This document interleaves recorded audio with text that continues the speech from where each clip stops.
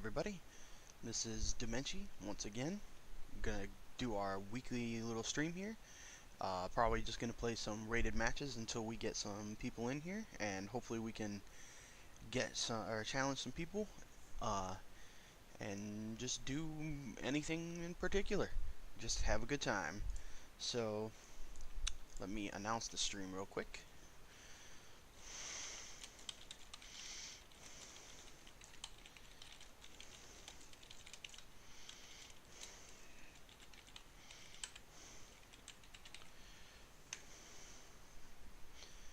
Alrighty. So today I do have an old deck that I put together, and it's an oldie to me, but I really enjoy playing it, and I don't think I've shared it. Maybe I have, I'm not sure.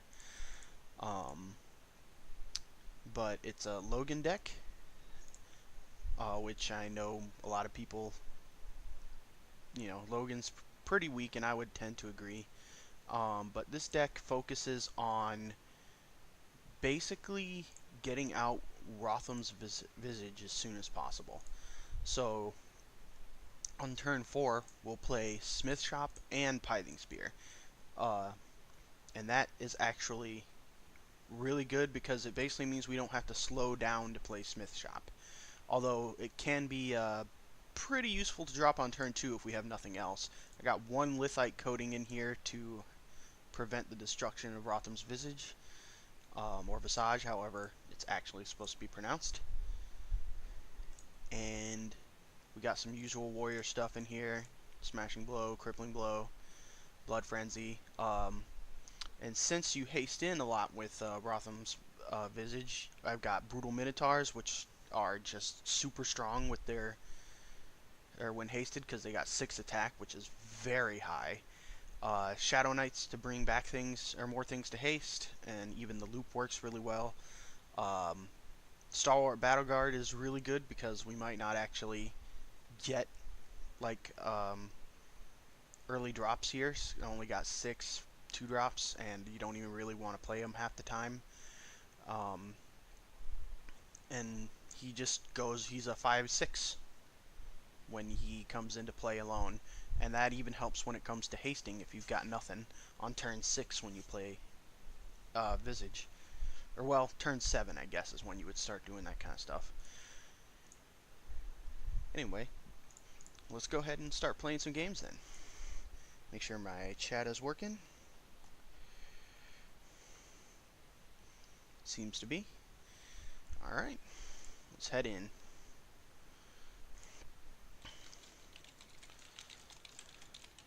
Looks like our first opponent is going to be SK Nightmare, playing a Baduru.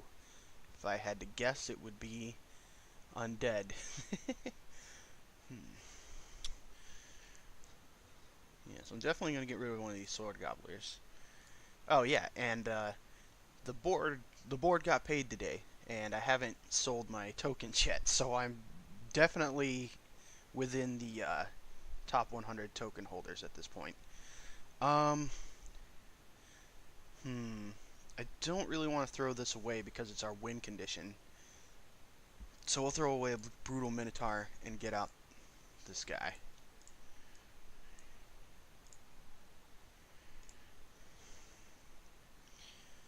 Good old Sword Gobbler.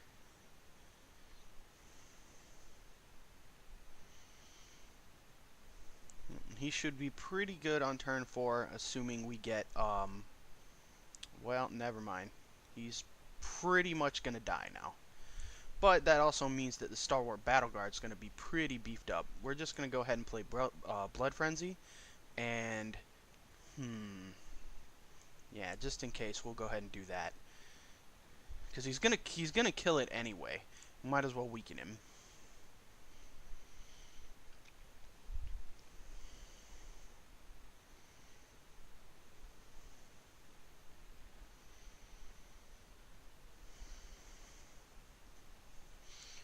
That weapon that he's probably gonna play like a more crossbow if I had to take a real guess.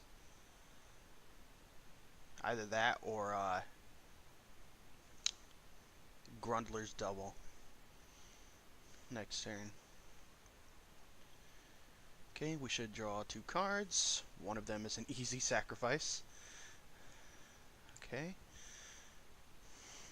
So I could do the weapon, but that's not really going to help because my ability's not up anyway. So, yeah, so we'll go ahead and play this guy.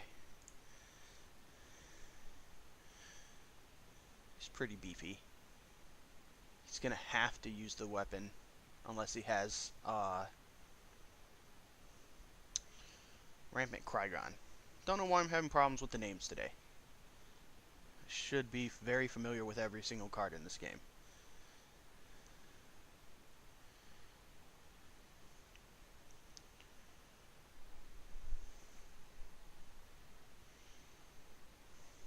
Nope, he sacrifices the Feasterling, which is a plus for us. I'm guessing he's going to bring out a weapon now, though. Yep, it's probably going to be the Grundlers. Yep. Well, he took out the Feasterling at least. And unfortunately, we actually don't have Smith Shop. Usually, we typically like to have Smith Shop by now. So turn 5 is probably just going to be killing off that Snowland Spotter. Okay.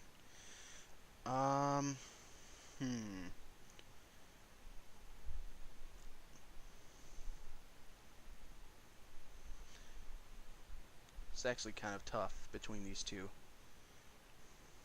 But I think Sword Gobbler is going to have to go. So we'll play the Pithing Spear. And go ahead and beef up the weapon. Really, we just want to one-shot the Snowland Spotter here. And sadly, that's going to be all for our turn.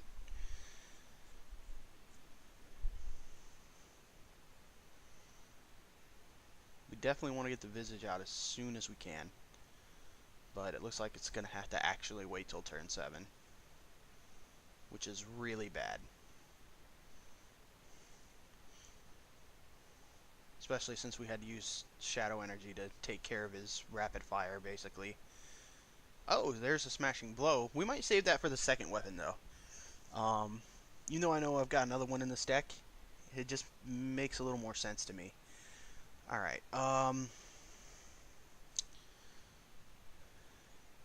Shadow or Warrior Ally. Okay. We do have to sacrifice up to 6 here. Yeah. Goodbye, Brutal Minotaur. So, because I want to play the Crippling Blow and the Stalwart Battle Guard, so we'll play the Stalwart Battle Guard, and then we will just Crippling Blow the Cryptspawn Tormentor, and I guess we'll actually end the turn there. He can figure out what he wants to do with my weapon, that's fine.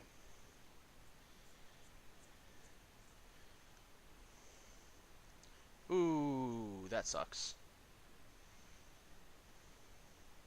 He didn't have enough to return it to his hand, though, but he did get a good amount of draw. And I was right, it is Undead Banebow, or Baduru. They both start with B, and they're both Shadow Hunters. Leave me alone.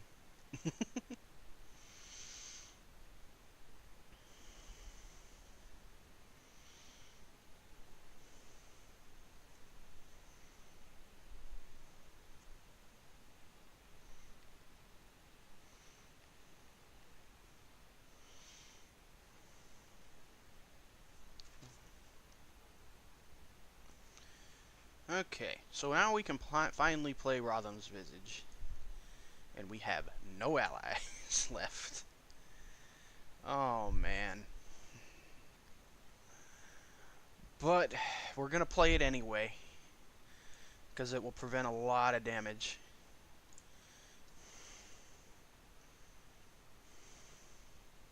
And like I said, we got the Smashing Blow for the second weapon, which I think is going to be far more important than destroying this first one, if we hope to win anyway.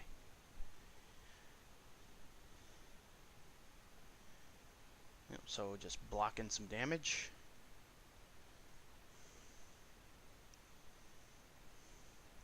I think at one point I had Rampage in this deck. I'm not actually sure why I took it out. I just remember taking it out.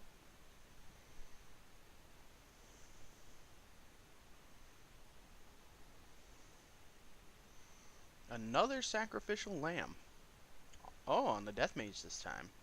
I actually would have kept the death mage around, because it pierces the armor.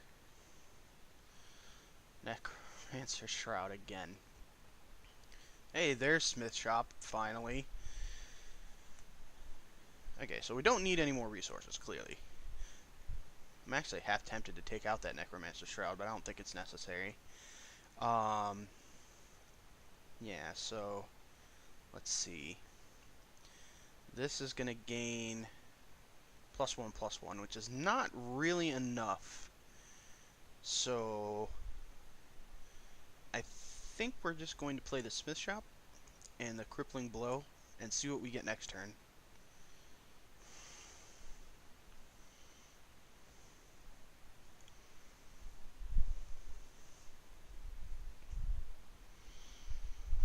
Hopefully we can play something alongside the Sword Gobbler to haste in. No, the Leyline Nexus. I believe we sacrificed the other visages, so we lose, pretty much. Darn.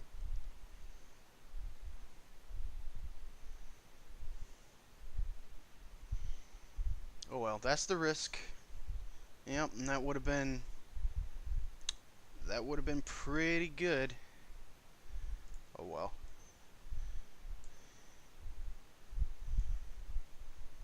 Alright. Take out his weapon, I guess. I mean, we've already lost, but, you know.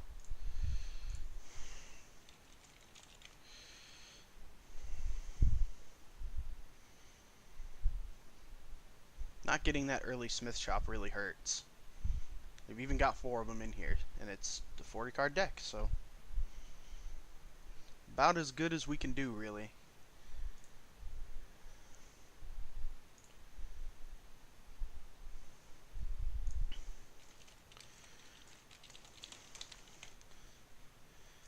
Age 1 is our next opponent, and he is a Threbbin, the Righteous. I actually don't play against that many Threbbins, so this should be interesting. Take the Brutal Minotaur, sacrifice him. Well, we got the Smith Shop, so hopefully we can draw into the Pithing Spear by turn 4. That's another Smith Shop. Don't need that one. And the Spitfire Hound's really just to deal a little bit of extra damage, taking out the crippling blows of the Smith Shop after I've played Rotham's Visage.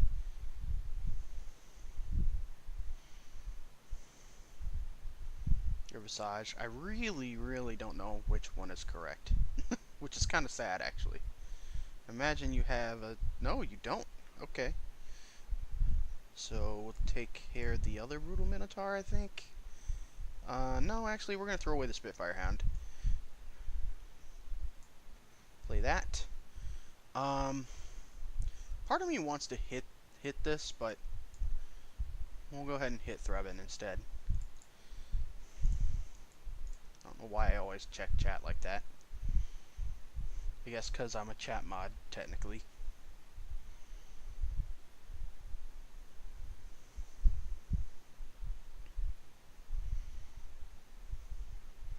Ah, okay. So we're probably going to lose Sword Gobbler here. In fact, we're certainly going to lose Sword Gobbler here. That's okay. We got 2 card draws to get that Pithing Spear. Hopefully we do.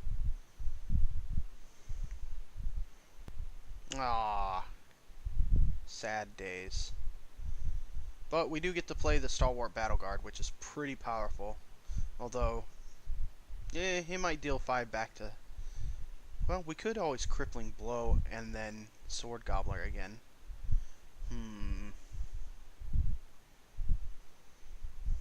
Doesn't seem necessary.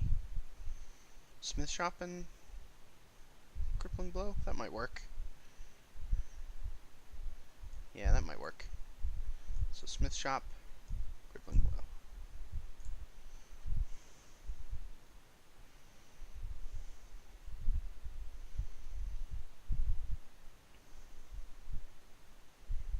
I actually really like this card. I actually feel like it's pretty good. But clearly it's not that good because people don't play it, but depending on the weapons and armor you're using, it can save you a heck of a lot more than 2 resources.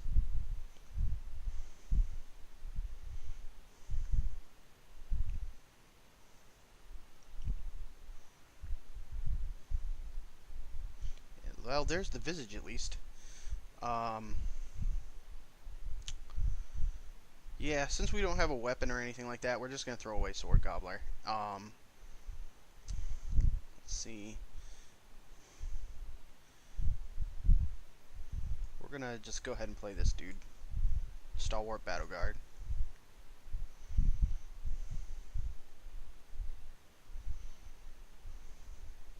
So next turn we can sacrifice and get the Visage up. It's not really that good because we're against Priest, who probably has Focus Prayer.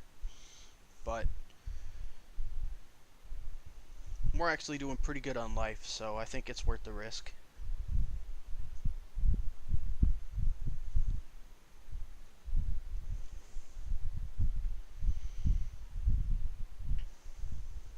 A road less traveled. That's one you don't see every day. I guess that means we're taking some ping damage. Oh no, he needs one more resource to do that. Ooh, a retreat. That's okay.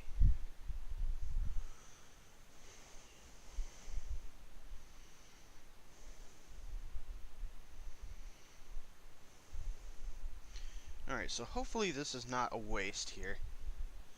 Oh, we have the Lithite coating too. That's perfect. It just has to survive 1 turn. And then next turn we can sacrifice up to 7, haste in the Stalwart Battle Guard, and play the Lithite coating.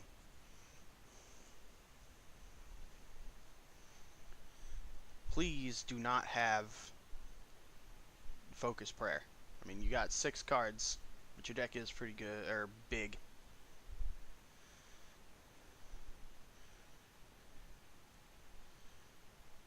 No! Dang it. Okay, then. Yep, so that just basically dealt 5 damage to us. That Focus Prayer was better than a Fireball.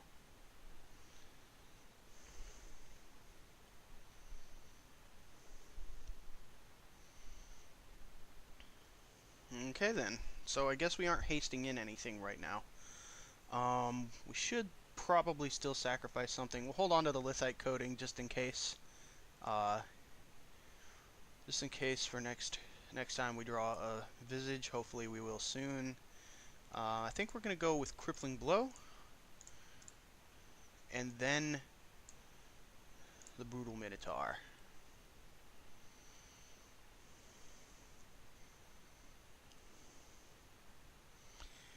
If we get up to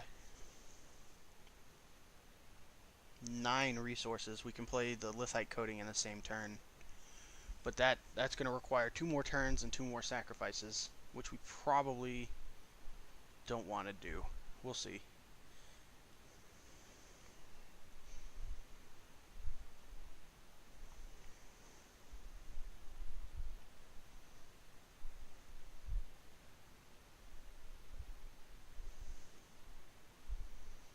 Vest can cheat out the Lithite coating, but I like this deck better as Logan.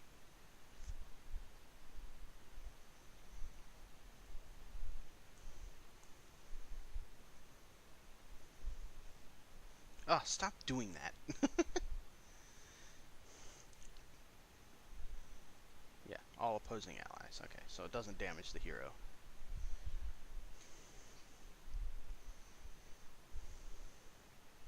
Spectral Saber. That's always a good one. So we can kill off the Zalan Crusader here. Yep, that only costs 3, so we can play this and the Stalwart Battle Guard. Um, you know what? I'm feeling kind of lucky.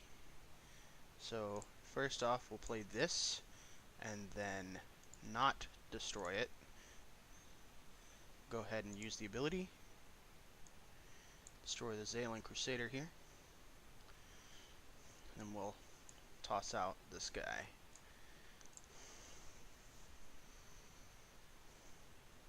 Oh, I guess I could have done the Brutal Minotaur again. That's okay, we'd rather haste him out anyway. But we definitely don't need to go higher than 9 resources. That's way too much.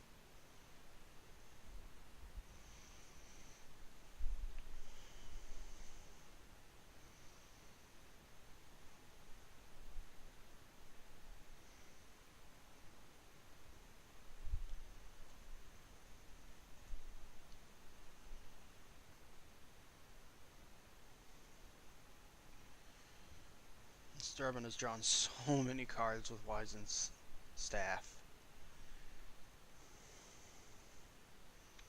Yep, I imagined he was willing to take 2 damage to destroy the weapon.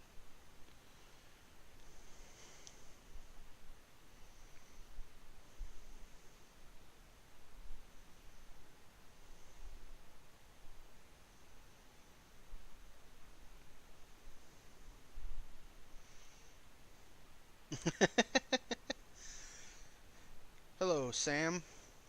Sam U313. Yep, and Logan Foil is pretty awesome. Don't know about OP though, but he's pretty awesome. Oh, you took the crippling blow from me. That's interesting.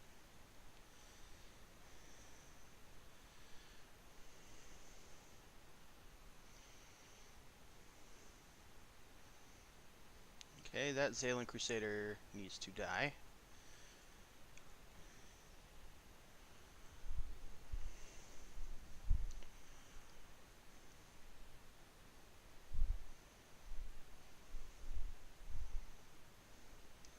It only gives you 1 more attack, so you can't kill my dude. Well, okay, maybe you can now.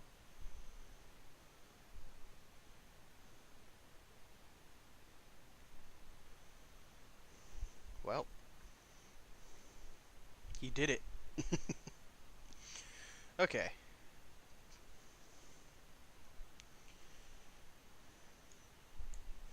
Okay, so we don't need to sacrifice anymore. Um,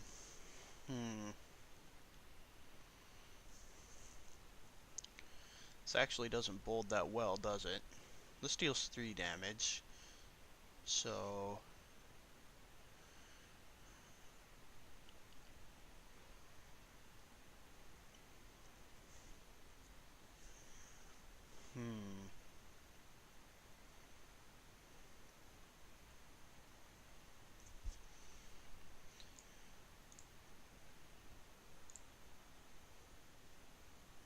No.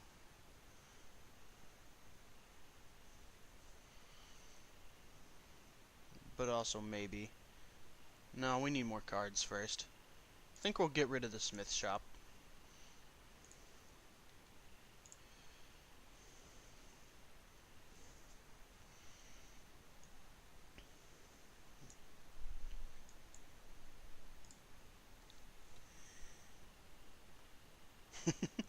What, you mean you haven't gotten all the cows from the secret cow level?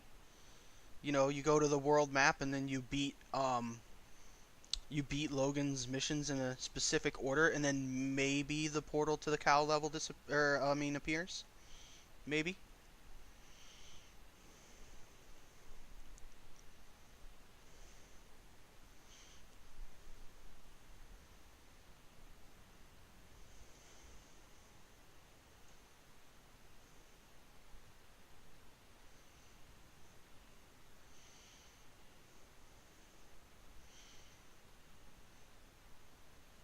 Boo.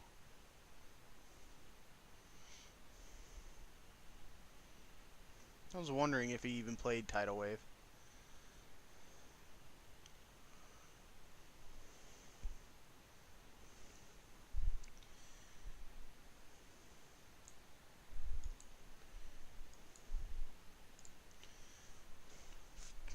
4 cost, 3/4. So good. It's the only problem with that guy. I really kind of wish he was a 4/4 that gained +1 attack and +2 health instead of +2/+2.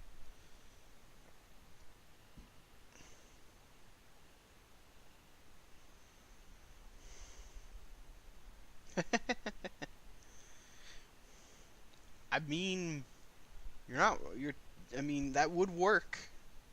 Ground shift would stop the 2 damage. That's a King's Pride. So, yep. I think this is another loss.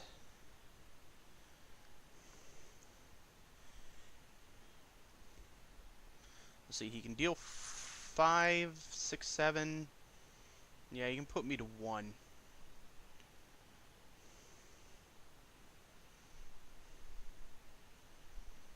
Which would kill me. So I'm actually not sure why he didn't do that. I guess because he's 1 anyways. Well, there's Pithing Spear. That's good.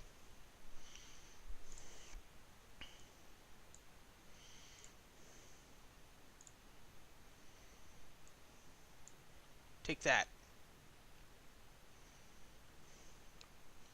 And might as well play the Shadow Knight.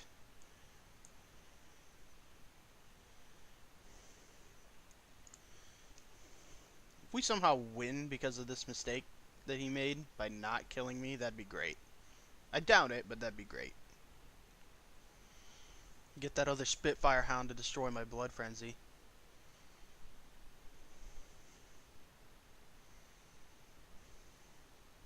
Nope, there's the second tidal wave. Only 2 more to go, guys. 2 more. And that's GG.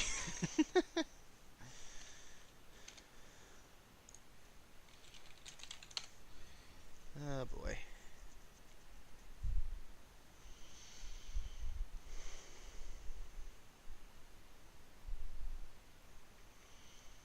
Just yes. I'm glad he agrees.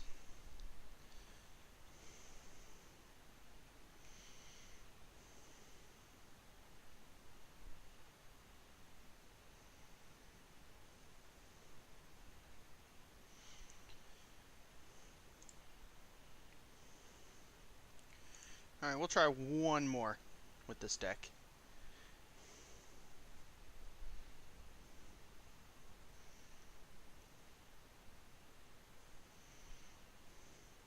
Mon just must mean month. I'm pretty sure I've talked about that on stream before.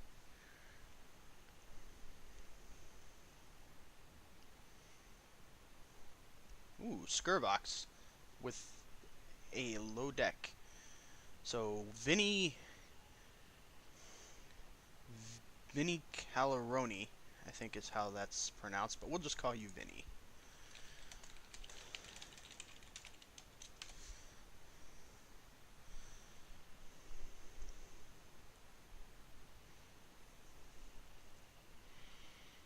Alright, we don't need more than one of these.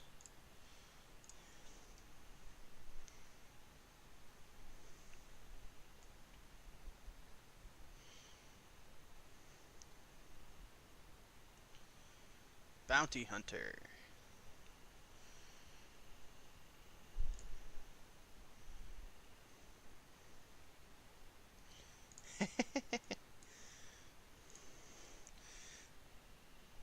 Yep.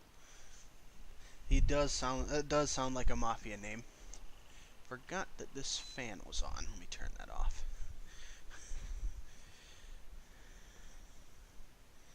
Hey, a smith shop. Cool. Now we just need the other piece of the puzzle. Go away, Spitfire Hound.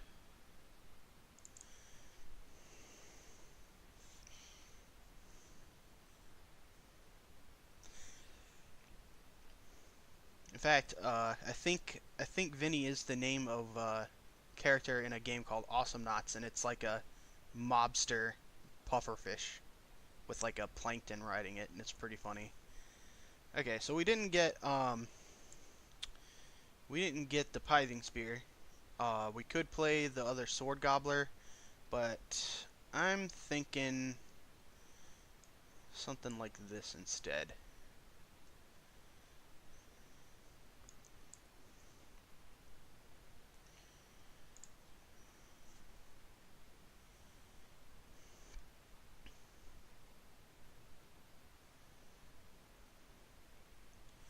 So, I'm gonna be poisoned and disabled. Ooh, and surprise attack.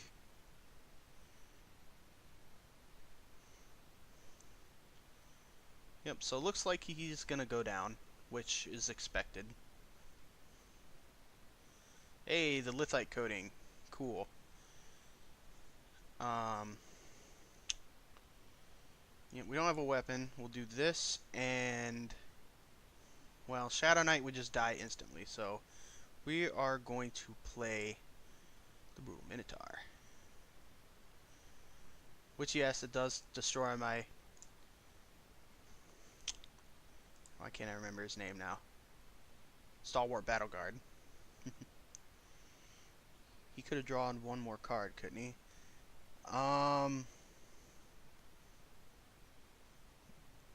No, I don't think so, because he can only attack once. Unless I missed something. Ooh, interesting. Oh, right, he's got ambush. Hey, there's the Pithing Spear. That's actually pretty good timing. So, we'll do this. And we're actually gonna Smith Shop, Pithing Spear, ability, just wipe his board.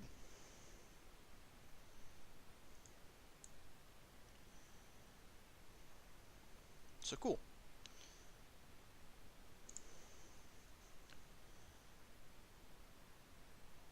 Thankfully, it's not priest this time. Yeah, I had to question that for a minute too, whether it was attack or damage, but it's attack. That's why putting it on arena or running it in Ethan decks is usually better. Boo! Rampant Krygon. Can never keep that Brutal Minotaur on the board for anything. Okay. We're actually not going to sacrifice anything. We're just going to play this and kill off the Krygon, of course. Get that extra shadow energy.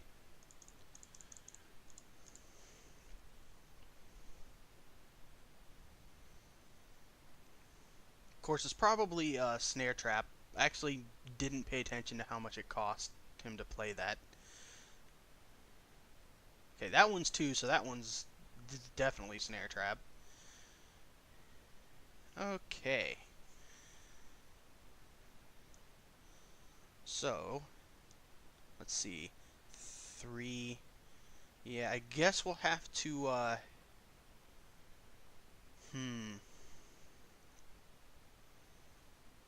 definitely want...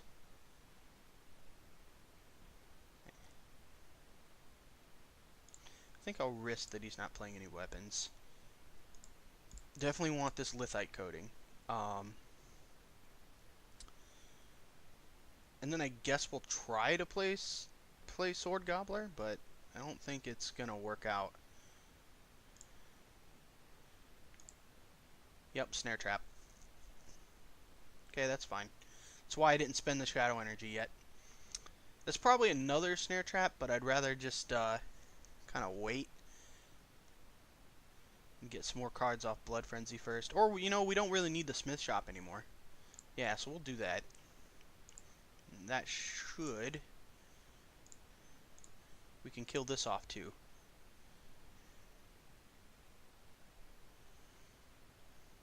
Oh, no we can't because we don't get the attack bonus.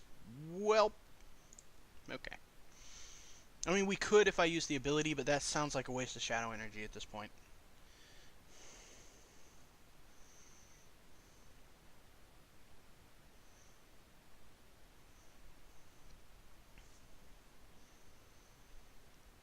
Okay, we got a Shadow Knight, which is good. So what are we gonna be bringing back? A brutal Minotaur. Okay.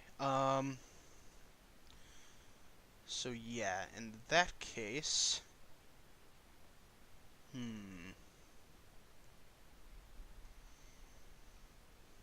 yeah, I think we'll just skip sacrificing, and we'll play the Shadow Knight. Go ahead and activate haste here, get rid of that Plasma Behemoth. I'm debating whether or not to Crippling Blow this. Doesn't seem too particularly threatening. Yeah, we'll just play Smith Shop.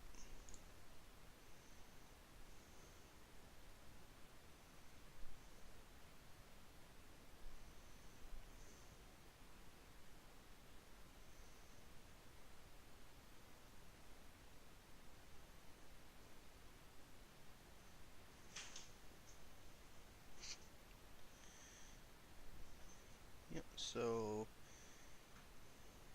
what, he had item removal?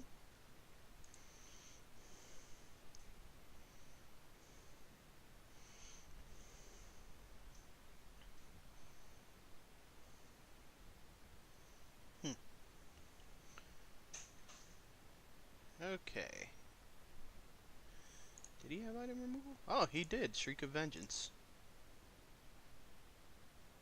What did he... I guess I wasn't paying enough attention because I don't know what he used it on.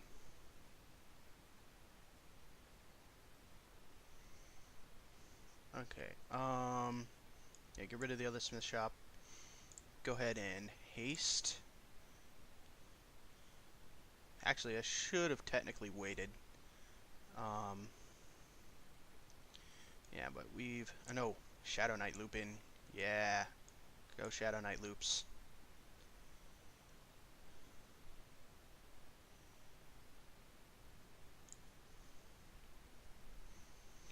Alright, so this is, you know, way better than usual.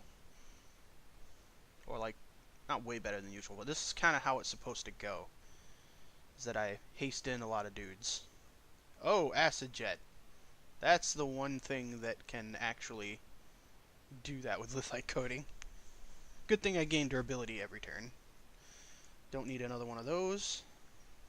I have weapons in my graveyard, but it is probably another snare trap. So instead, I think we're gonna play first this guy, and then Brutal Minotaur. Let's haste in again. Attack with him first in case it's ricochet. Cool.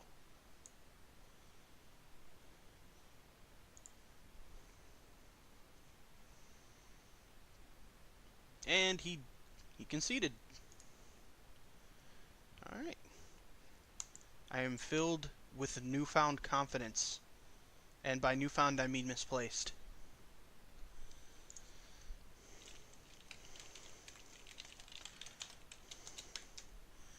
Yep. And this is Jagmaster playing Magia, whichever you prefer. Gonna throw away a Smith Shop to start off with.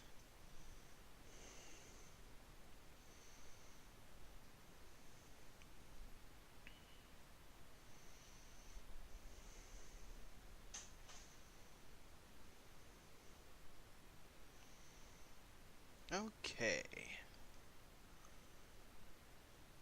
Sacrifice one of these. We could play the Spitfire Hound. It's not a very good 2-cost ally, though.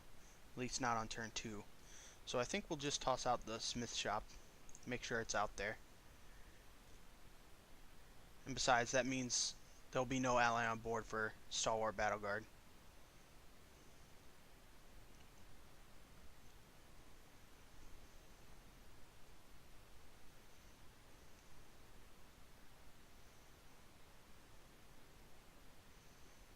Yep, Tome of Knowledge.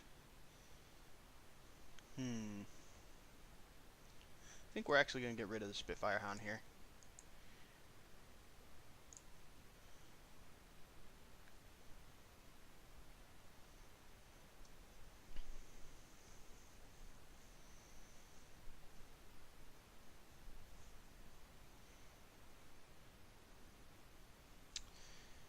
I remember correctly, isn't one of the new warrior allies that got spoiled would go well in this deck? I don't remember if it's 5 or higher or 5 or less. Okay, so we played an Infernal Gargoyle. It's pretty good. We're just gonna go ahead and play the Stalwart Battle Guard.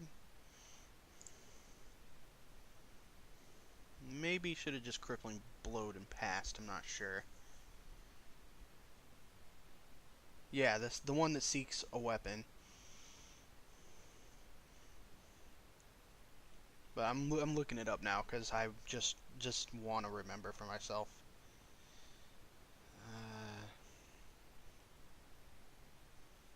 Mage spoilers, Hunter spoilers, Spring special, Warrior class spoilers. Here we go.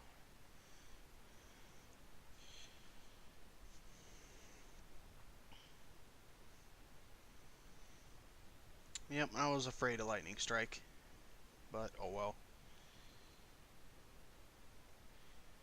Yeah, Weaponsmith, here we go. Weapon with cost 4 or less. Okay, cool.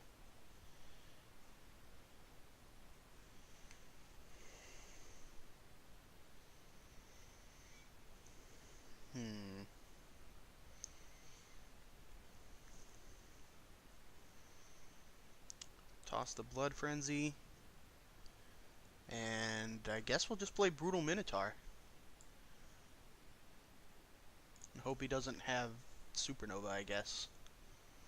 Well, or a Fireball. He probably has a Fireball. And yeah, it looks super good to me too. I mean, it's a 3 cost 2/4, but when it's letting you seek a weapon, that's nuts.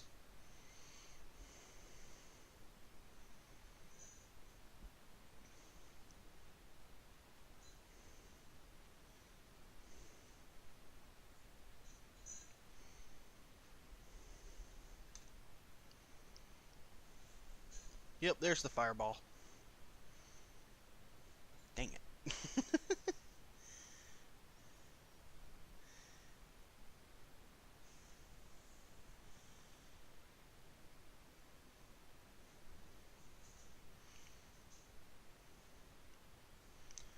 Okay.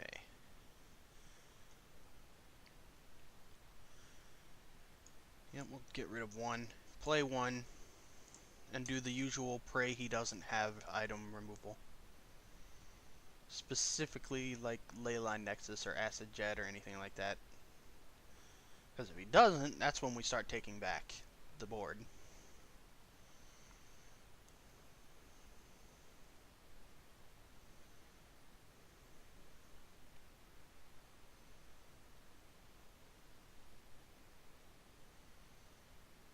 Another Infernal Gargoyle.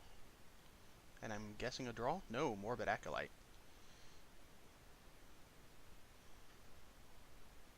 Okay. Hey! Biting Spears. Uh... Hmm.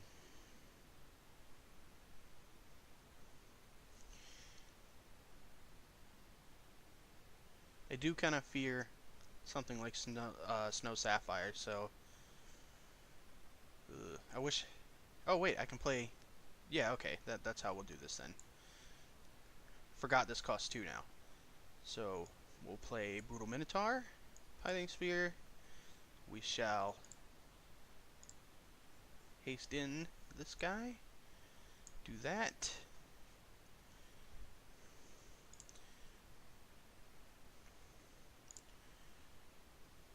And kill off this one.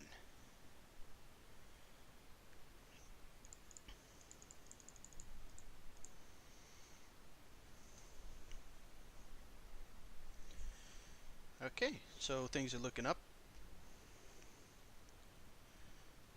We don't have as much shadow energy to haste this time, but we've got a big guy on board, we got a weapon on board.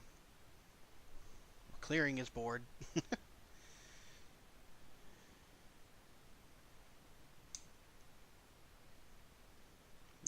hoping to clear the Minotaur next turn, I guess. Which he can definitely do.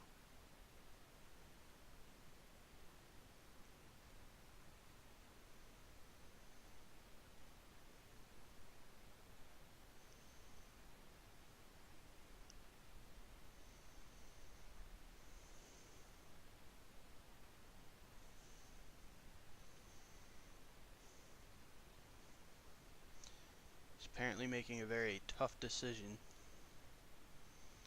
There we go. He drew. And then I guess he's going to attack into me. Make my weapon do. Oh no, he sacrificed. That's.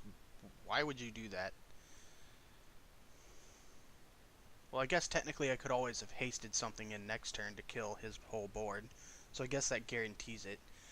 So this wasn't a very good draw, but okay. I'm gonna try and get Shadow Energy off this Death Mage.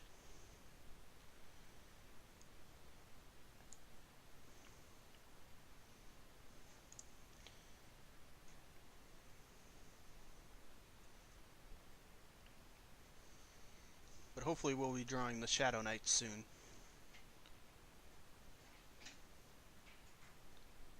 Get our Minotaurs back.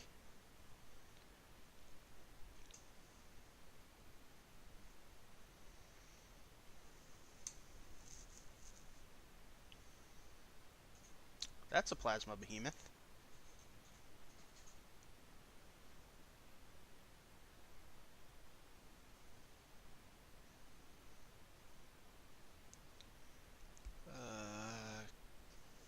Draw good stuff.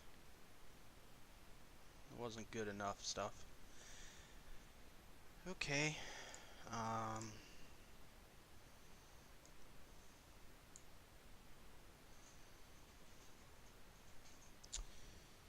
Wow.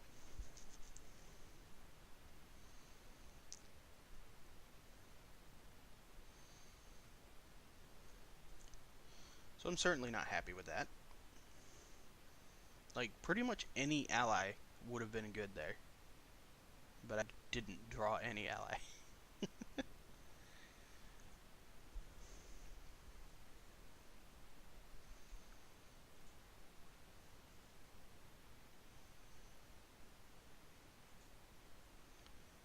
Yep. Plasma Behemoth's just gonna fireball me in the face.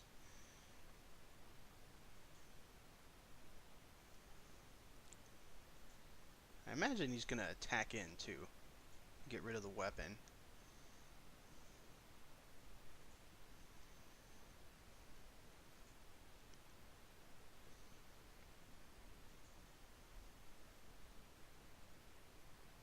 Yeah, okay.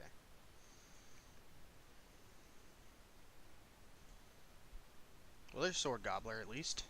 So we can actually wipe his board here. Yeah, skip. Skip. So, play Sword Gobbler. Eat up the Pything Sphere in the graveyard for the +1/+1. Then we have him being a 4/4. Haste him in. And kill off the Behemoth for us. Okay.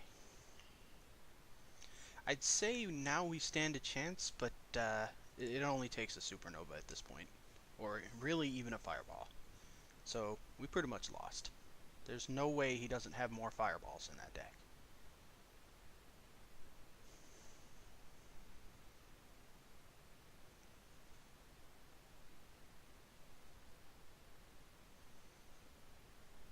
Yep, there's the Supernova.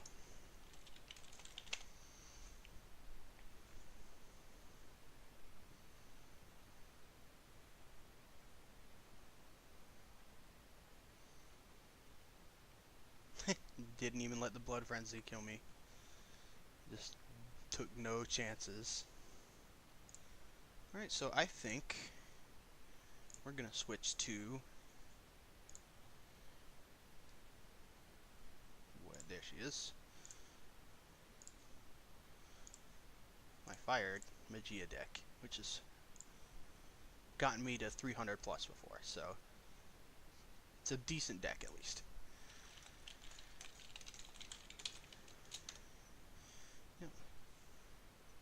Karan as Gwyneth. Okay, this hand ain't too bad. Could be a little better, but ain't too bad. So this is basically just a fire deck. Just all the fire synergy in it. And it seems to work out pretty good.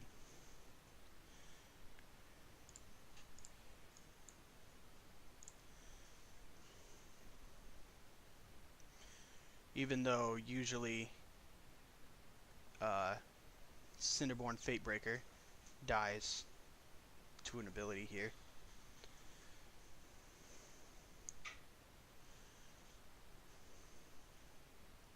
It's still such a weird name. Oh, cool. Drew the Leyline Nexus. That's really good.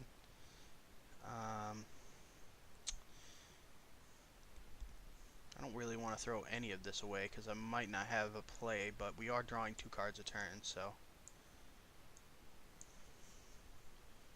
we should have something to play next turn.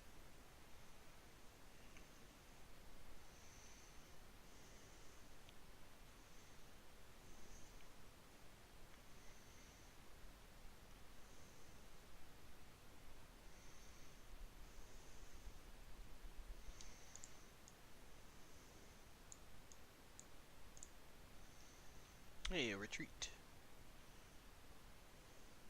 Yep, retreat killed an ally.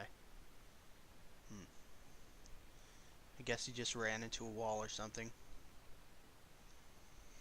Yeah, I like this old name more. I don't really remember what it was, but I remember liking it more. I think it was like Spellbreaker or something. Let's see.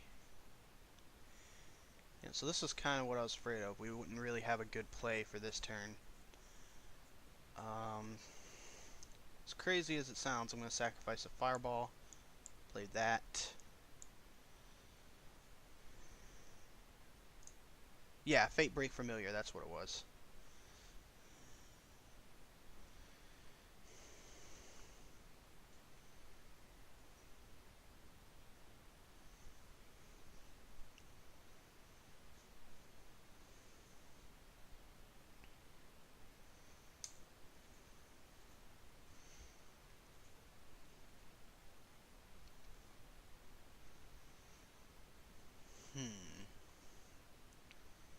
Another retreat.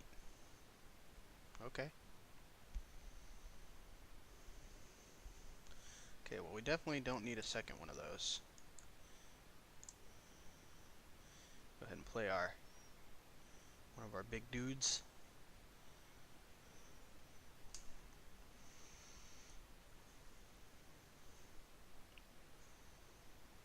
Rapid Fire. So I imagine we're going to see a weapon next turn. Alright, yeah.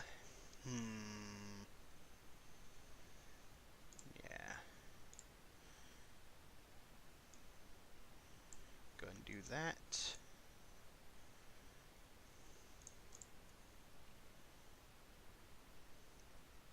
Actually, I could have destroyed the Rapid Fire. That probably would have been smart. Oh well. I'm used to saving it for, like,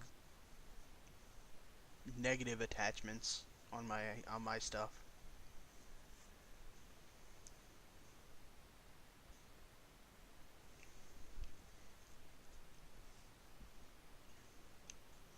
But at least we can destroy the weapon next turn.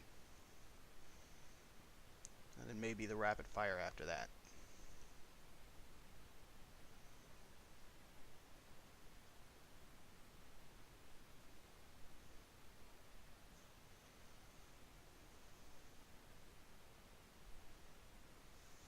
Feathered Longbow.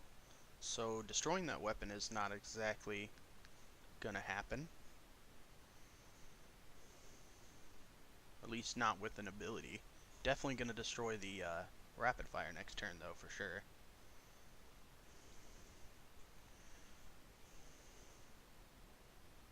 I believe I have 2 portals in the deck.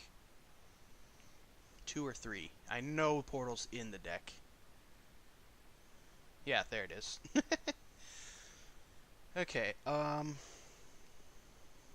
Arsonist isn't really going to be helpful here. We'll go ahead and destroy the rapid fire. I really don't care about not attacking for a turn.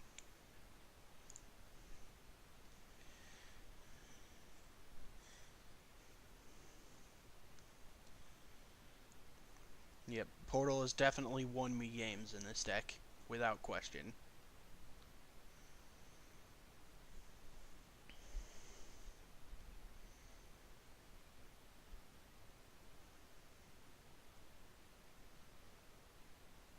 Soulseeker. Aimed shot. Okay. Guess I lose my Defiler. But that's a good weapon to destroy. So that's what we're gonna do. Hey, there's the Flameforge Gauntlets. I won't be able to play both, so might as well sit on it. Destroying weapon is top priority here. Not that we really need to draw thanks to Bazaar.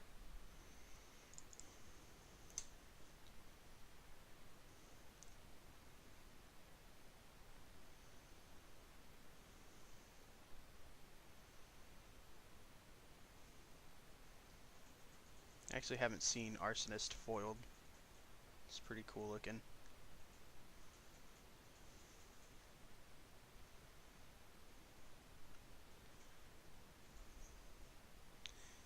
Gotta admit that rain delay is pretty annoying though.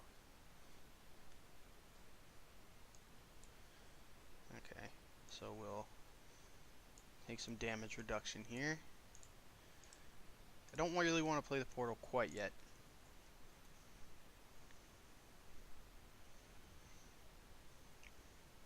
Probably next turn. Haste in a Defiler. Toss out the other brute. Bad Santa. Oh, now we don't have to worry about rain delay. If he plays it again, which he's probably, let's see, 6, 9, 10. Actually, even more than that. If I play, yeah, okay. Special delivery.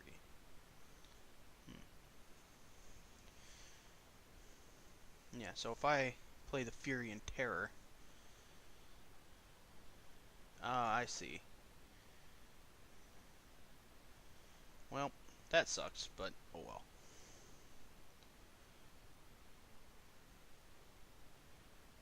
Hmm.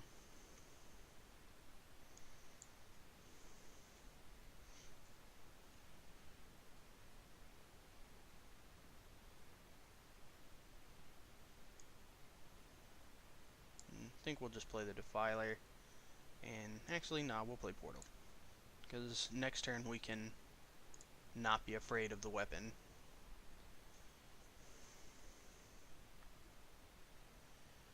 Not afraid of rain delay either.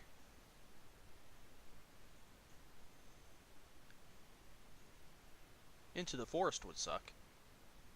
Well, there's a rapid fire.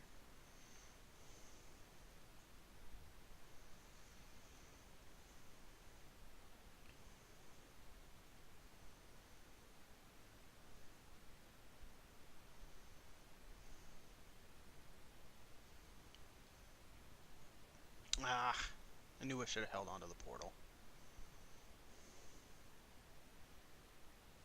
Well, got another one. Whatever, I'll just play another Defiler. It was lighting up like I could use it. Oh, I could destroy my own portal, I guess.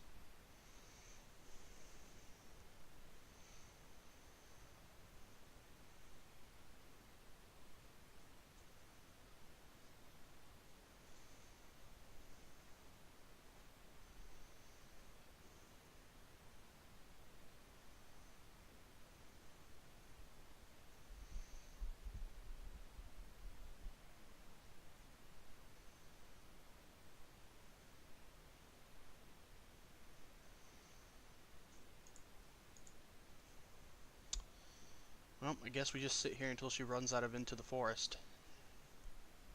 Or decides rain delay is a better play.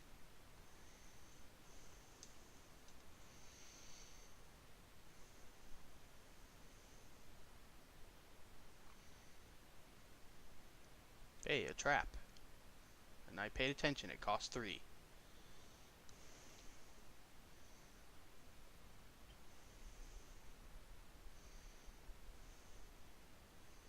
Hmm. No more Into the Forest, please.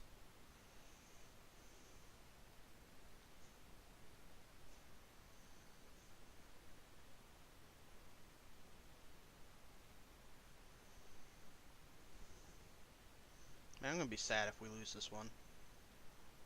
Ugh.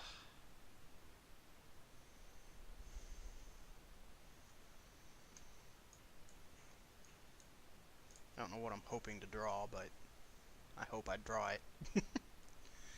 Should have done that last turn.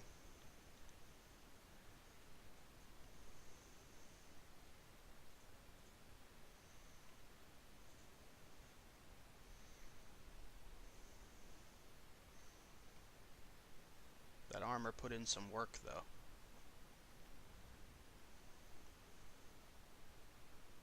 And Furnace is okay.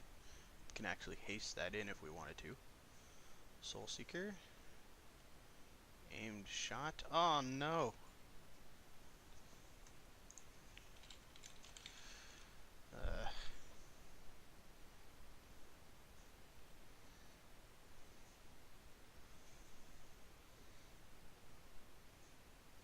I really dislike Into the Forest for this exact reason. Oh well.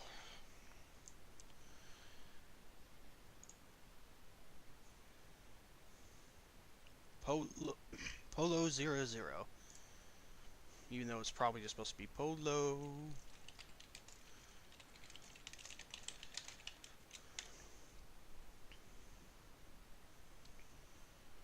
Okay, with this being Elementalis, even though it's a very large Elementalis deck, Arsonist might come in handy here. Think we'll toss this.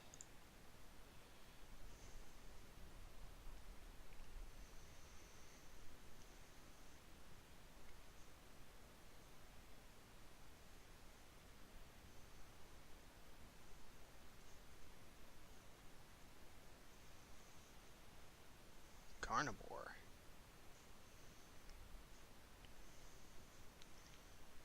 Probably won't need that. One of those few unfortunate times we have nothing to play on turn 2. A lot of my decks seem to follow that pattern, which is terrible. Hi, card collector. How's it going?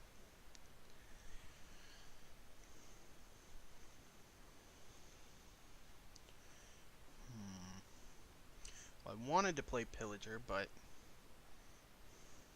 Or, Arsonist, rather. I think that puts me in a rough spot either way, but... We'll go with Spitfire. Or not Spitfire, Flame Spitter. You should be able to turn the quality down on Twitch, if I'm not mistaken.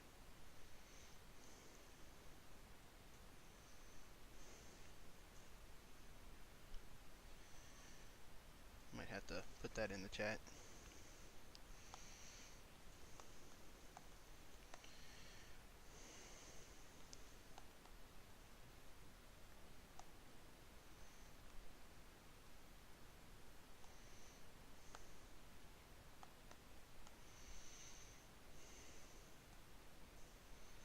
No?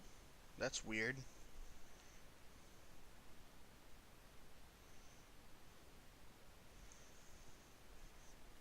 Wonder why that's the case. Oh, Connor, he did sacrifice Carnivore. Cool.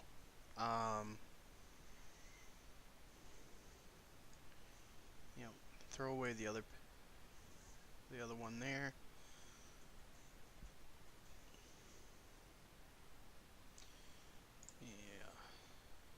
lose 1 shadow energy if I play that, so I should use this first.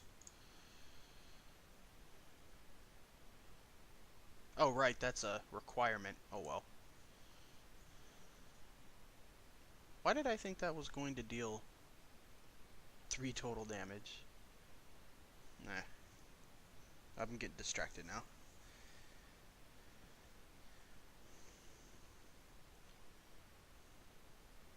That's kind of weird.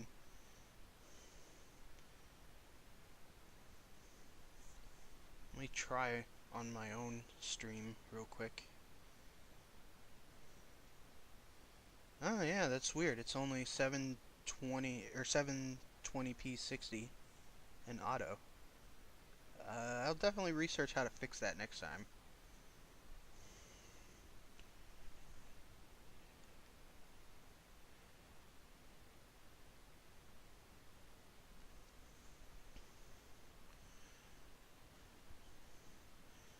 Okay,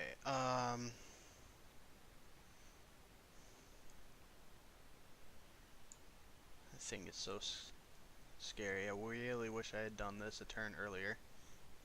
Especially since that didn't work. I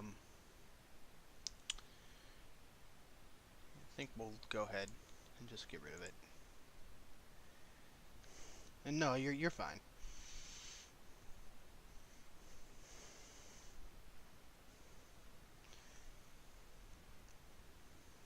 No one ever said I was good at Shadow Era.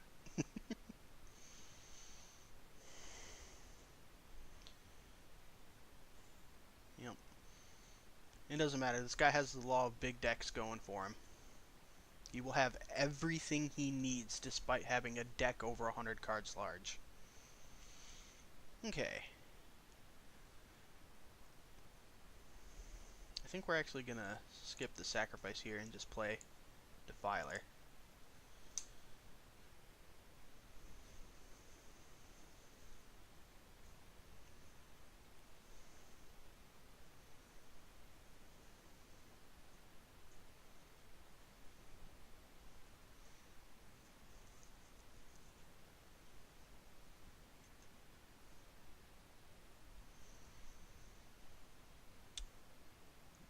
Really glad I didn't play Fury and Terror like I almost did. Because if he hadn't played that, I would have. Okay. So Portal is definitely good. I still think we might need that, so I'll toss this, I guess. Or well, I guess I technically don't have to toss anything unless I plan to play this. Which I suppose I don't, so...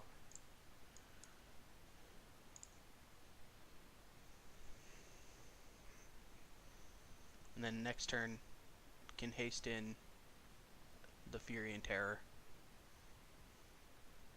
Or maybe even the Infernus.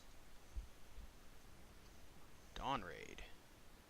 Only works on items. I mean, you could do that, but it doesn't help you at all. In fact, that helps me. Okay.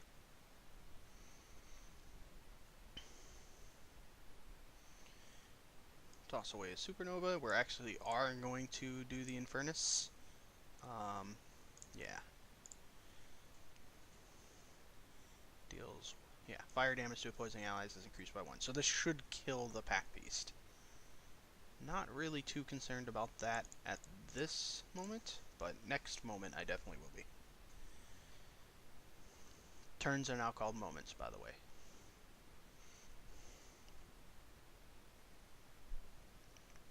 Ooh, the shadow font is not what I wanted to see, though.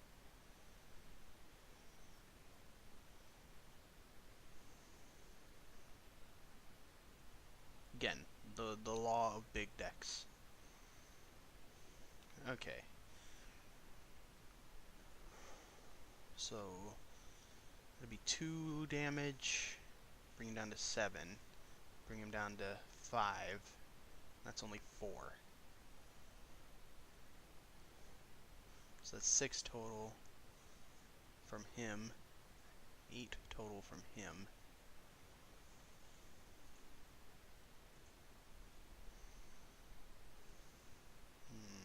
Oh wait, I have my ability, duh. So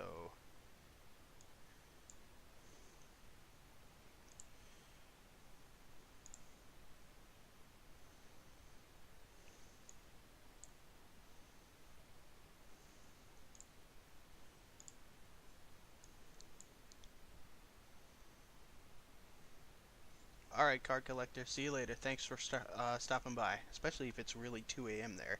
You're up late.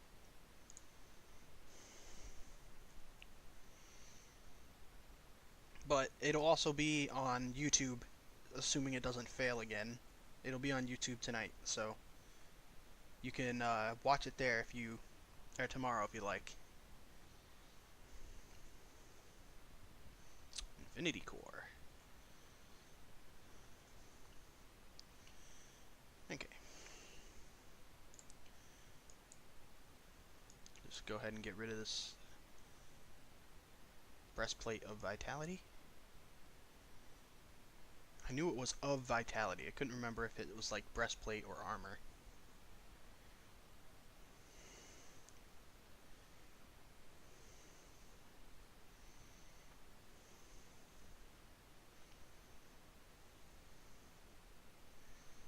Yep, all the streams get uploaded to the YouTube channel, and it's just Demenchi, same as the Twitch channel.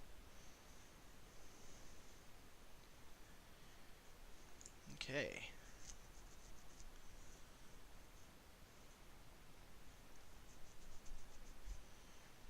So let's see. Defiler.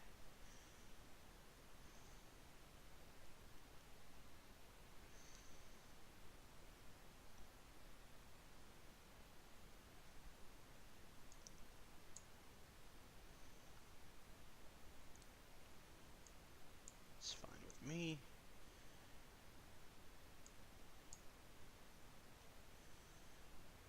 Alright, see you later.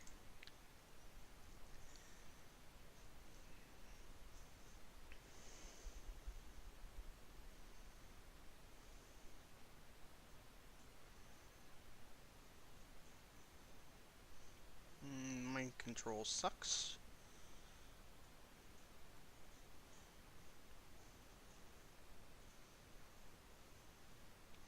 But if that's all he's got, that's not too bad.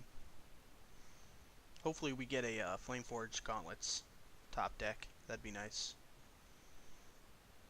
And Furnace is good too.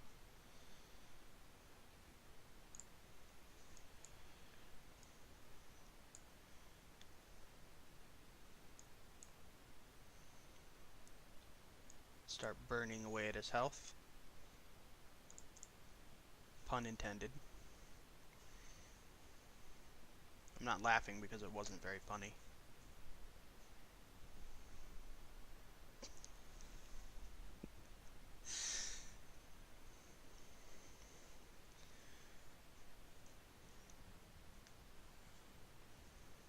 Alright, let's see what he's got.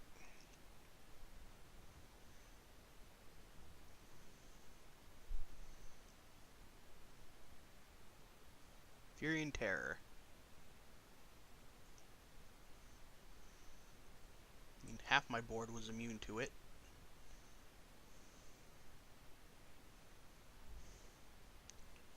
It is really weird when you have a bunch of these immunity allies and you fight somebody else that has a bunch of them. It just is like, well, who can kill the hero faster? Because you can't, they can't damage each other. I remember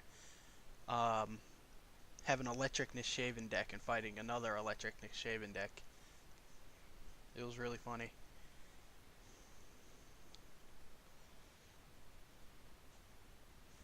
The Entangled Wisps just couldn't die.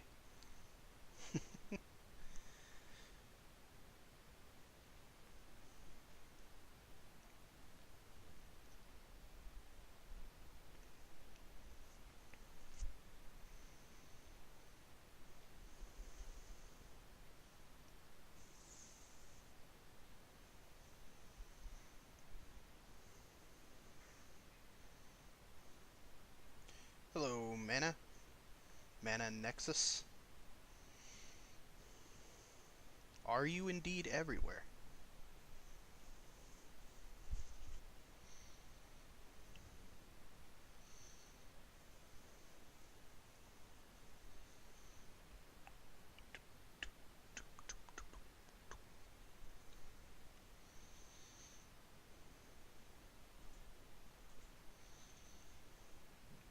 It's taking a pretty long moment.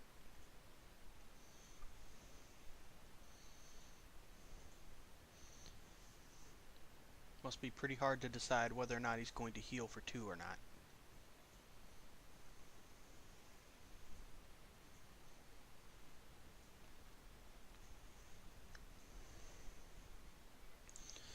Let's see what chat's up to.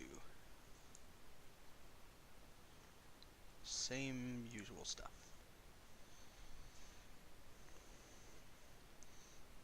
I'm probably going to mispronounce this, but hello, Laybrook.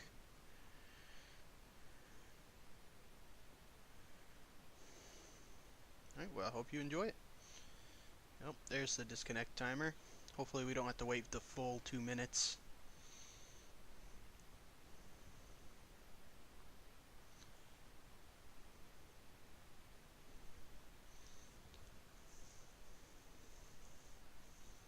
Nope, cool.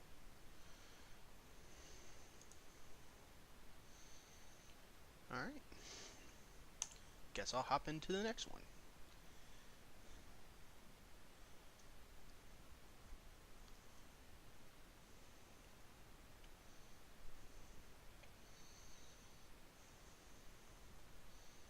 Deck's doing about as well as I remember. Except for that one Gwen game. That just...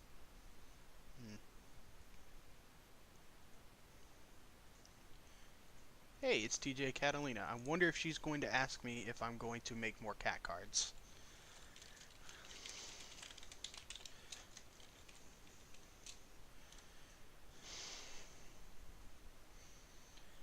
We'll throw away a Infernus.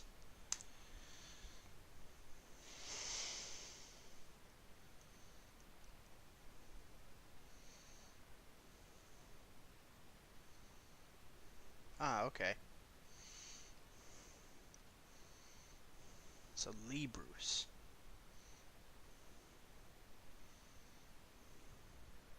There's the Mass Bandit.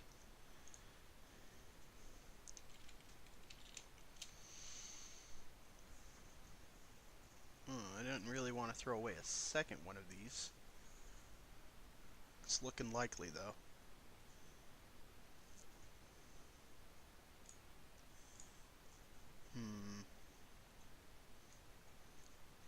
Yep.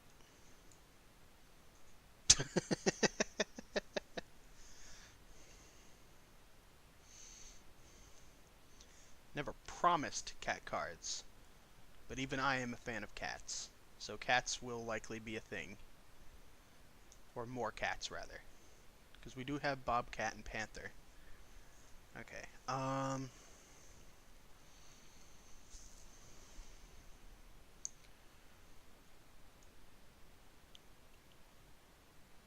we'll go ahead and do this. That way I can kill off the Seductress. What? Oh, he's an outlaw. So I guess he wouldn't get damaged. Oops. Mistakes have... That's the first time I've had that problem. Then again, when I first made this deck, Mass Bandit wasn't popular, so...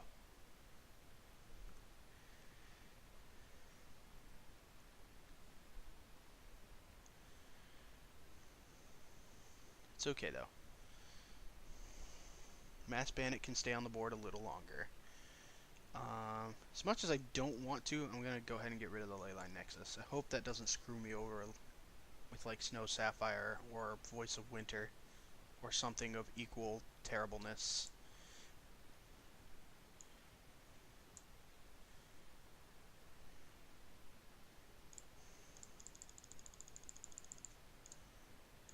Okay. Next turn we can Fireball it off the board or something, depending on what we draw. It might just be better to leave it. No, Fury and Terror works. Fury and Terror really works.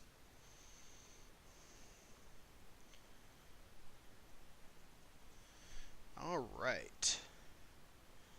So we're going to toss the Towering Brute here. And we're going to play the Fury and Terror. which will get rid of the Mass Bandit for us, and if the Fury and Terror dies, which it's going to, I can blast away the Seductress after the fact.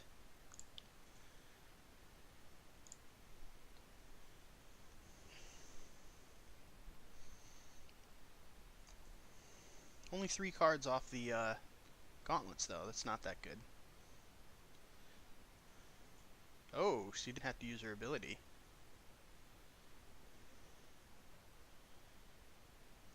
Building up all that static electricity from cat fur, I see.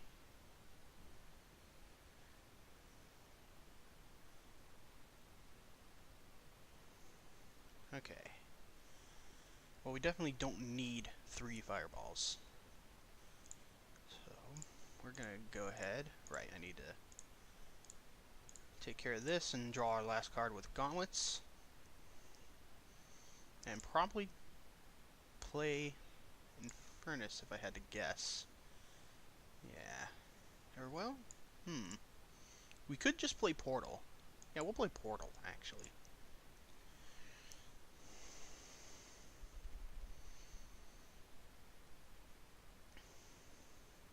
We are really low against a mage, though, so that's no good. And yes, you can imagine that in the Sonic the Hedgehog voice if you want. Okay. So this will deal 3... Oh yeah, it's not going to deal any extra damage yet.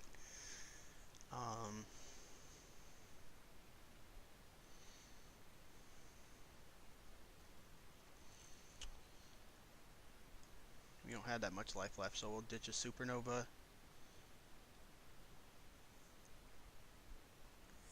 And I think we'll actually play both of these instead of Infernus.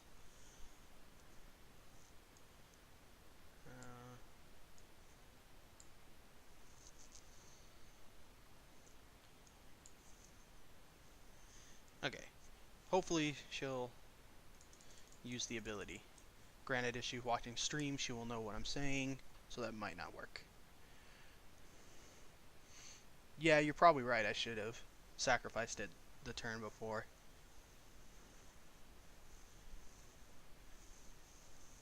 Yep, that's what I was expecting.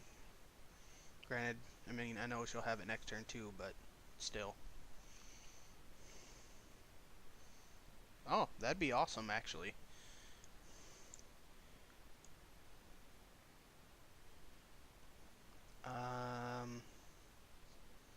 Yeah, we'll go ahead and play this. Wait, what did I sacrifice instead of Supernova? I meant to sacrifice Supernova.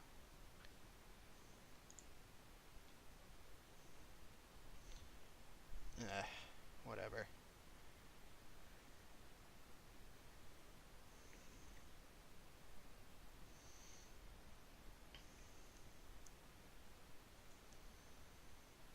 Tainted Oracle in a retreat. Killed by retreat.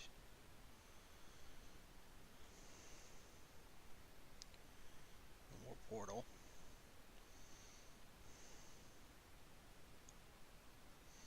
You know what? I'm gonna hang on to it. Maybe I can tie the game.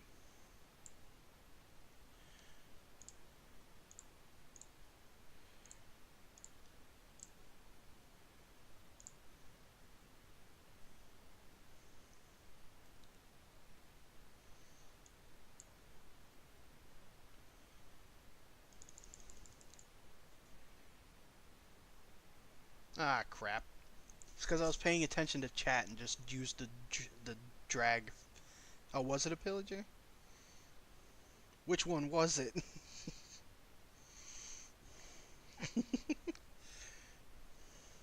Ah, darn it. This does not bode well.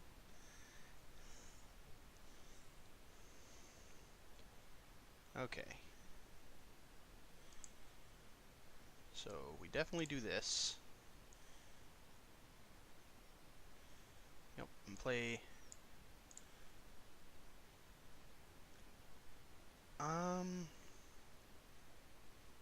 Yeah, that would then... Yeah, this makes more sense. Do that, get him up to 3 attack. play the fireball. Almost there. Almost there. We can either... Darn.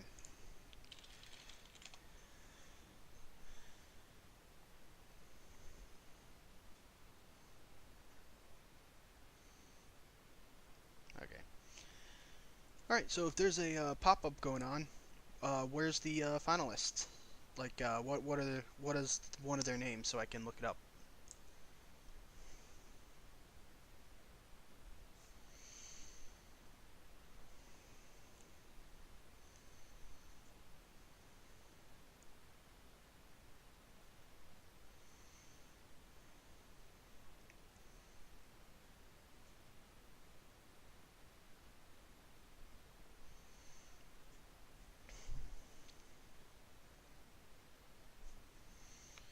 Actually, it's probably in custom game. A1 opponent. I'm going to imagine it's this one. So, looks like SK Trinicolor won that one. Or Trinolker. I'm actually not sure how to say that. Alright, so A1 opponent is Gravebone. SK Trinolker is Gwyneth. Let's see how it goes. Ah, semi, okay.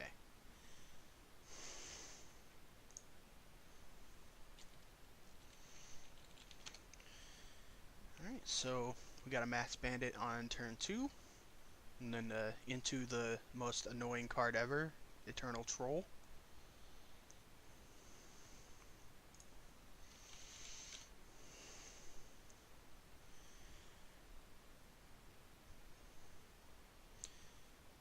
Yep, and the good old acidic weapon.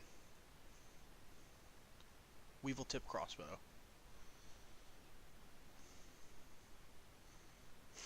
GS hacks? What?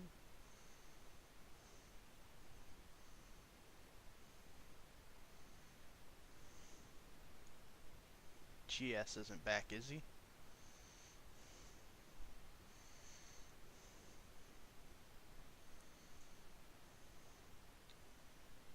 Hunter's Gambit. To draw the 2 cards. And hopefully take out the troll for good. Did not.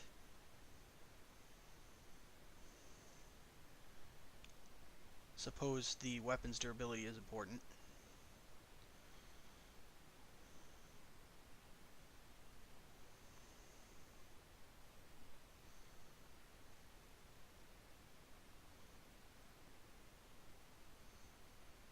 There's a ground shift.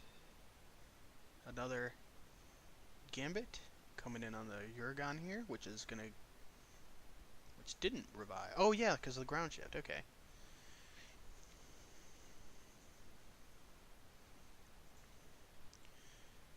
Yep, there's another Uragon.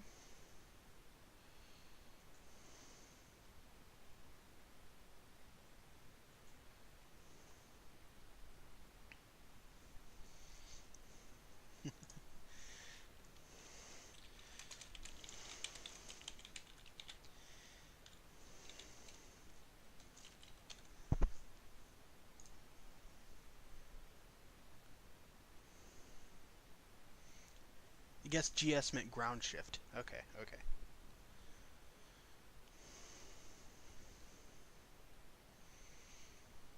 Yep, there goes the DMT for the ping damage.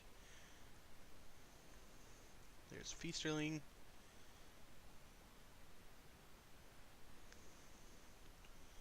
Dackrath come in for 5.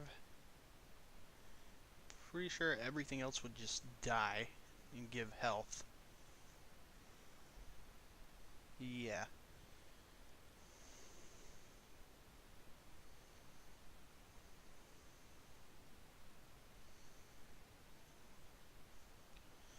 Looking pretty good though. Ah, Diplomat got rid of the damage reduction. There's a Bobcat. Pack an extra. Bobcat now has haste.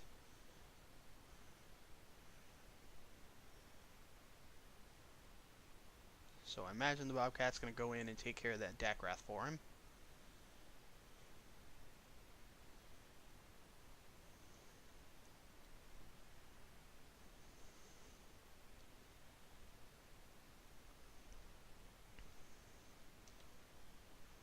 So definitely not as much damage on the board. Still has a good amount though. Can definitely take care of his board if he wanted to.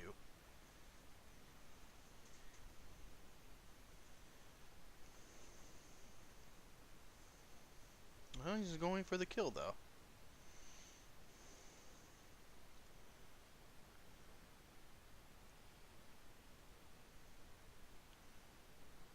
Fireball perhaps? Oh, a supernova, okay. Alright, so that was the second game. Looks like we're going into game 3.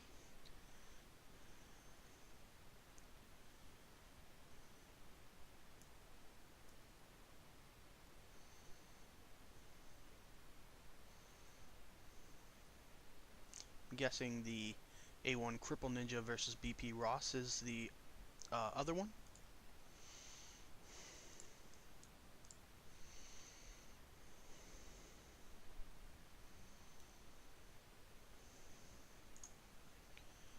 Alright. So let's see who wins round 3.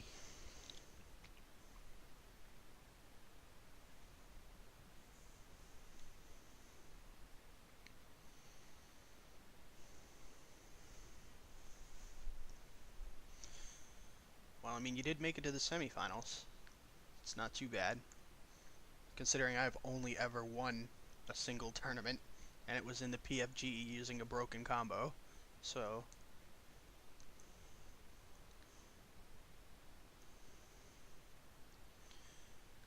well, I say it's a broken combo, but it's more like I got lucky with the combo, because the combo still exists, actually. It's using Tala to put Protector on Princess of Elos. I always forget what her name is. Basically, she can't be attacked. She basically has stealth while having Protector. And a lot of my opponents just didn't bring any removal. I did have to fight for the victory, though. Last guy was Zaladar, so...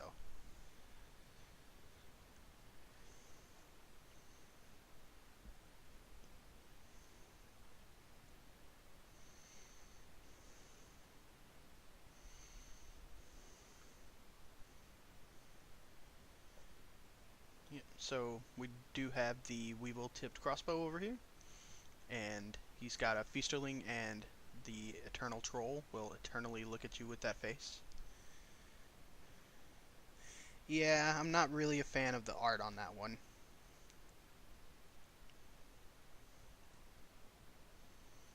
But yes, that one.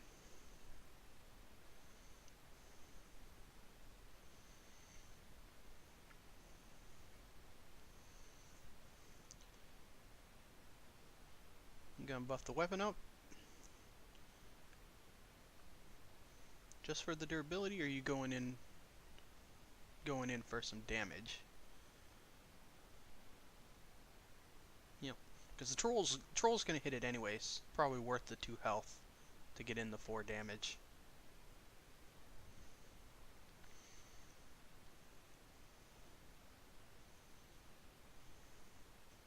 Then again, the troll wouldn't be ready the next turn. But Trinolker's probably got an idea. If I had to guess. Ooh, Night Prowler.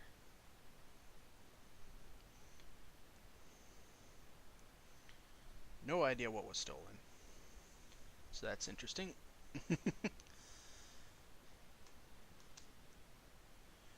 Yeah, pretty much. So Night Prowler's a really good card, especially if you can get it when they have no way of taking it out. That's when it destroys. It wins games purely on its own. And yes, Eternal Troll is awesome.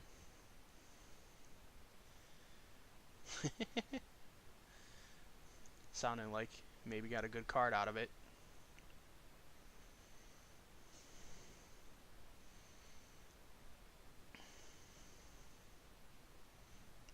Maybe a ley line, an acid jet, something along those lines. Oh, so it was a Phoenix Yurgon. Okay. Technically, doesn't have to tell you that. Now, if they were wearing different sleeves, however, it'd be noticeable. That's kind of why I wish stolen cards were marked, but eh.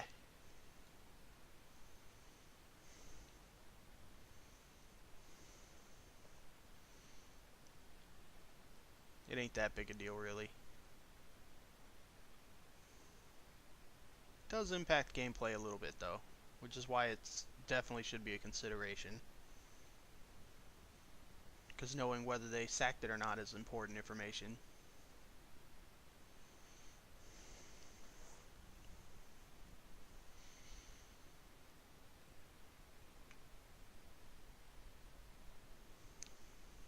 You're going to see a ground shift.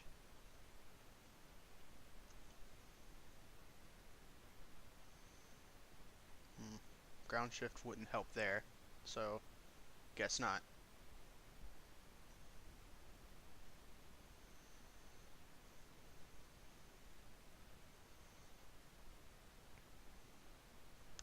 Gonna get 6 life and take out the troll, though. That's pretty good. Assuming that's what... Might go after the false blood. Although I don't know. I probably would have gone after the troll still. Personally, because that thing's just gonna be there. It basically would have been 1 health difference, and except the cultist doesn't keep coming back.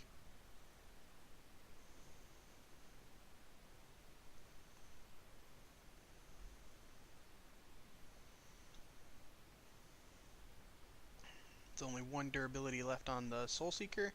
I imagine we're gonna see its destruction this turn.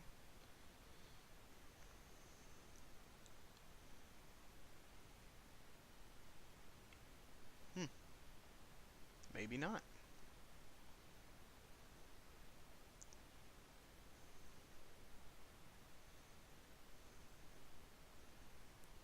Suppose the Snowland Spotter is probably a bigger threat, now that I think about it. Because she could just have another weapon.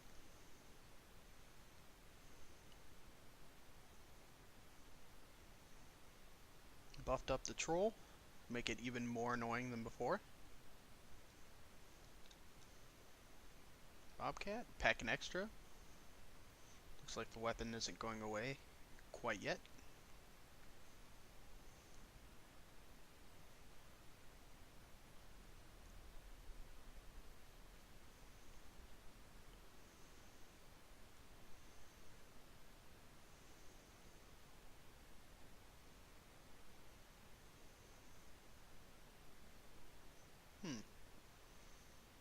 Didn't kill off the Krygon, that's interesting. Guess... I'm not very good at Hunter, so what do I know?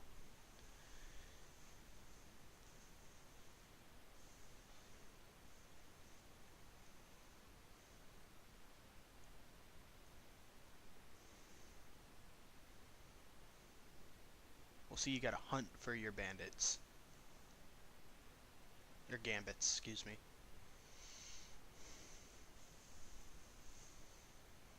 All this talk about mass bandit.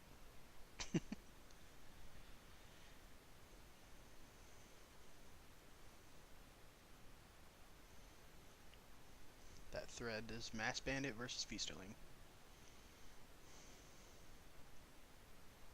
Hey, it is a feathered longbow. Not sure why in the foil version the guy is cut out of it, but okay. I mean, the bow is the more, you know, it's the bow, but still I find that kind of interesting.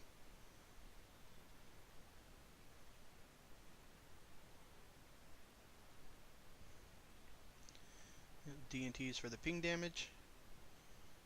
Eternal Troll going to take care of the weapon. I imagine Trinolker has another one, but maybe not.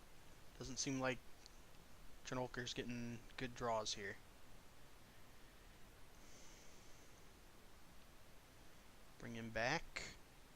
Feasterling, okay.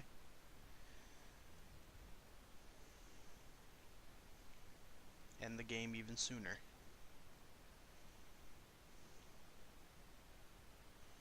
There's a crossbow and the Snowland Spotter. So imagine if I had to take a guess, the Feasterling and the DMT probably.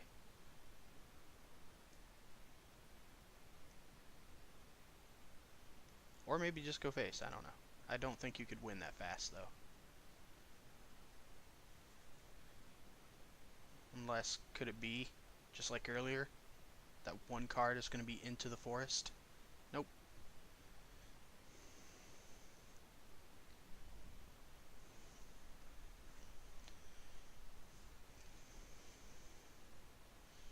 Alright, there's Fireball. Gonna go ahead and take care of the Snowland Spotter, it seems. See, that was 2, 4, 5, 7, 10, 14. Yeah, so that wasn't lethal.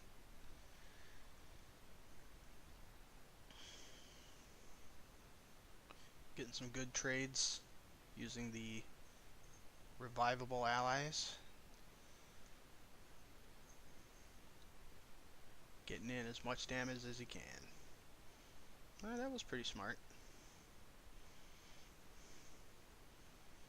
I know a lot of players would have still pumped up to 3 attack there.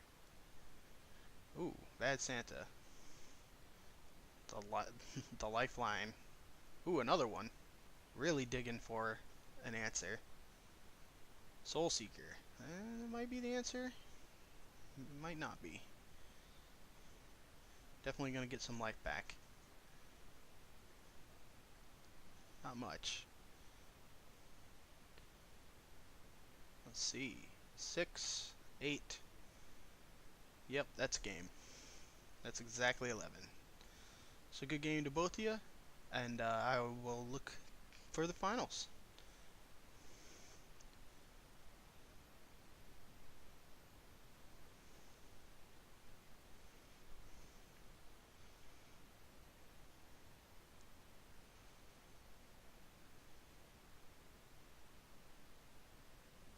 Wait a minute.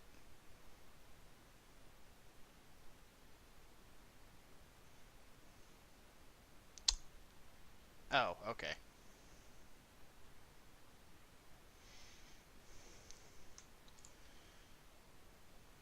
Alright. Yep, so imagine this is the other semifinal game. So, they only played 1. They played 2. Ross won 1, Cripple Ninja won 1, so let's hop in here and see what's going on.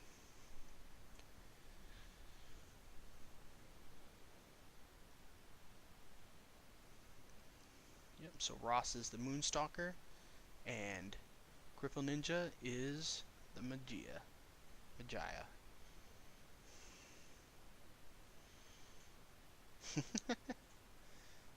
Instantly Sam loses interest.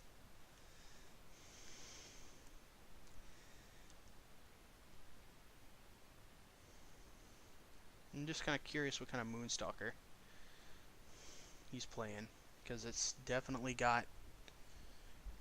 low, so I'd imagine maybe it's an aggressive one, or maybe something else. But it does sound like the game ended, so we'll go a little further in this, and we'll hop into the finals.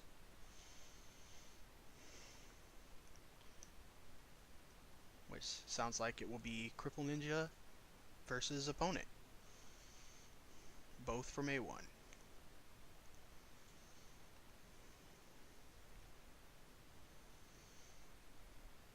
It looks like it's an undead Moonstalker as well.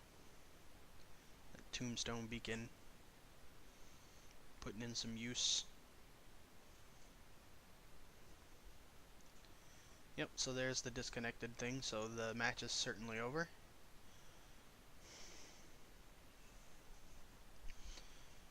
So,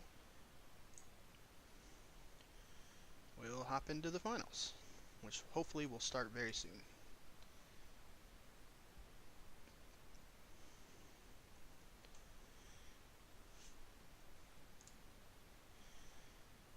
And while we wait for it to start, if there's any questions that you guys have for me, let me know. I'll be willing to answer them.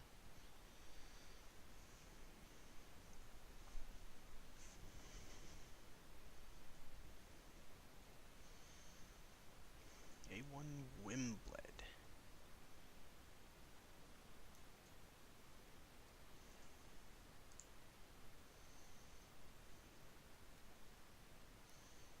VP Theonicabs? Not sure how to pronounce that.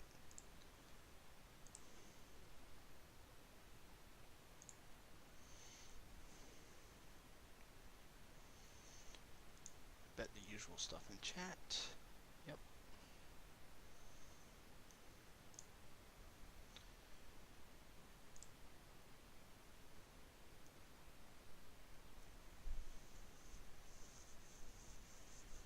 Maybe should have kept watching the Ross Cripple Ninja game then.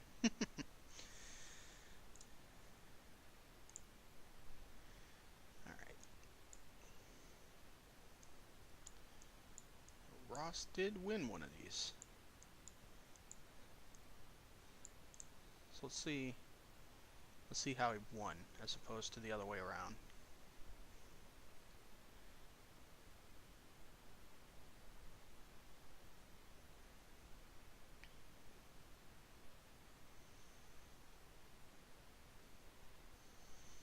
Usual starts. Blood Moon. Gonna get some extra draw.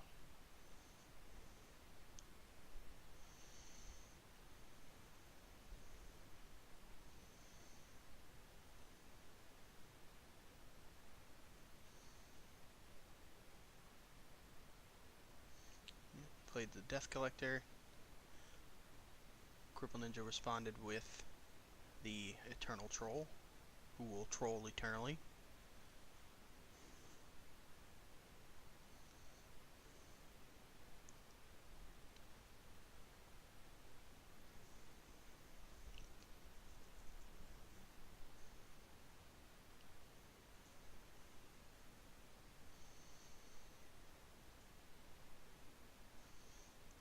Looking like a good start for both of them.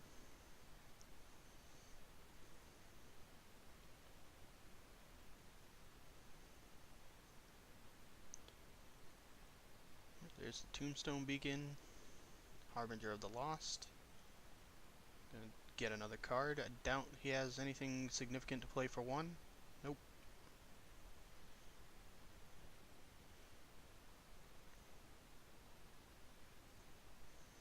Should just make a sound effect of the troll laughing every time it dies and comes back. That wouldn't get annoying, would it? Oh, somebody said it was the semifinals. Was that wrong?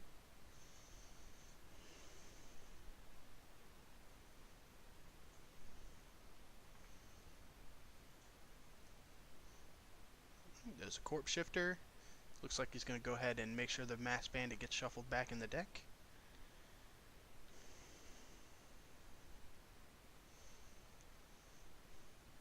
Unless the other games are just that far behind. That wouldn't surprise me. Yep, Sacrificial Lamb on the Eternal Troll, which is literally the perfect target. Transmog, the Corpse Shifter.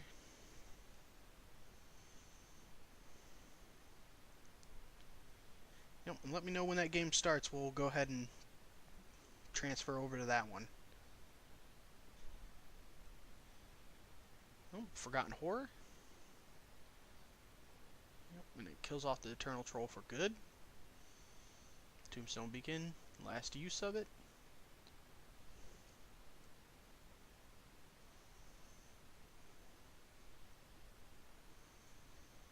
Ooh, Santa Bombed. Lightning Strike. Bring him down to one ally.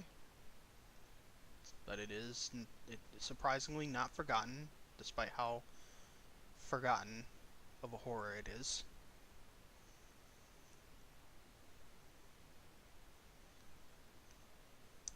Just plays out the Death Collector as a solid threat. Hits for 5.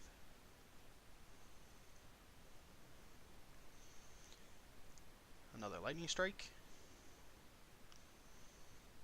The horror is now forgotten. Ooh, a second lightning strike.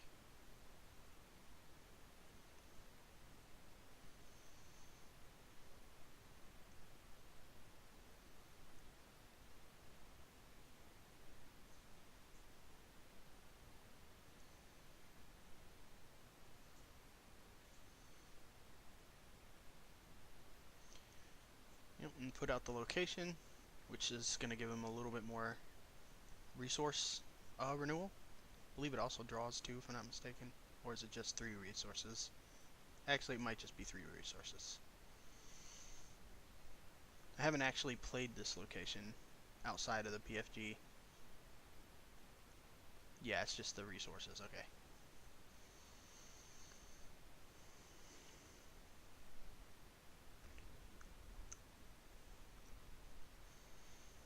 Excuse the yawn there. Yep, probably going to take out the Death Mage if I had to guess.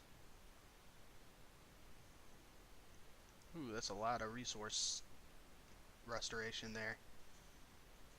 So we're probably going to see something big. Yep, Forgotten Horror.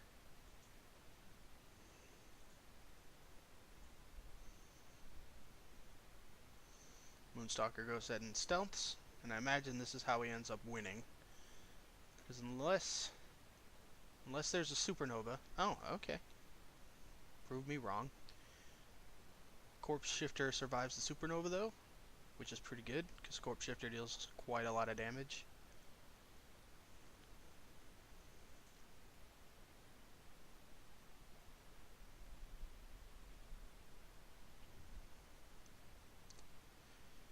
DMT ping comes in. Just gonna ignore the bandit, it looks like. Probably gonna stealth back up. Yep.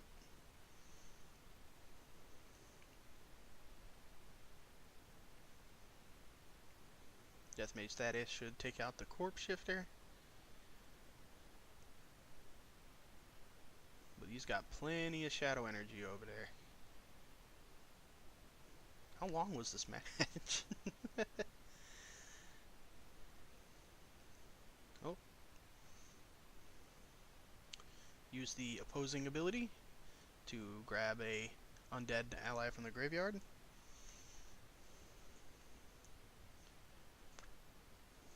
Use Shadow Knight, which is always really good. Played the Death Collector. Just gonna go for it. Probably not a bad idea too, because he can stealth for 2 more turns.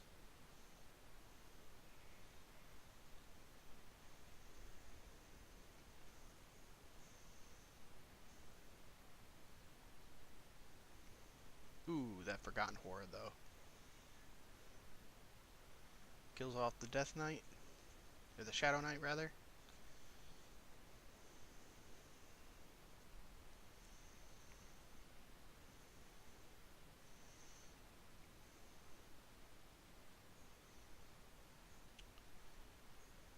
Not sure why you would activate that when only 2 resources are gone, but maybe he doesn't really have anything more significant to play.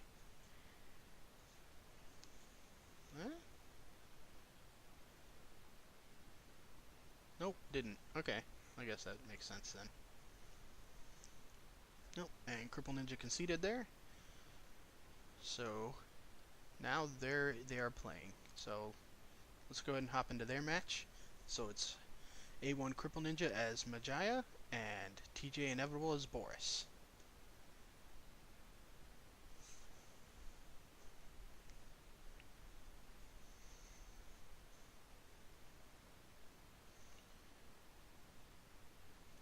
Usual starts here. Didn't have a turn 2 drop though. Feasterling comes out. It's a pretty good opener for Majaya there. Not gonna have much to do with that damage except throw it at Boris, which is fine. Yep.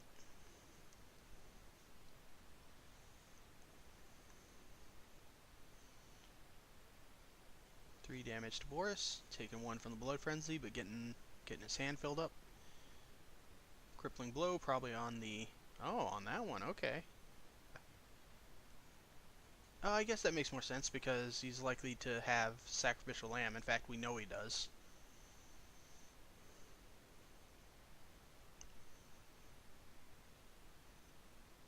That would just remove the Crippling Blow. Larian Diplomat coming in. Well, that gets rid of the Troll. So that's very useful. But he is Eternal. Well, looks like a tough decision is made by Inevitable later on. Go ahead and place Alden, which is always a good ally to have, but it's just going to get thrown away. Oh, nope, Alden survives. Never mind.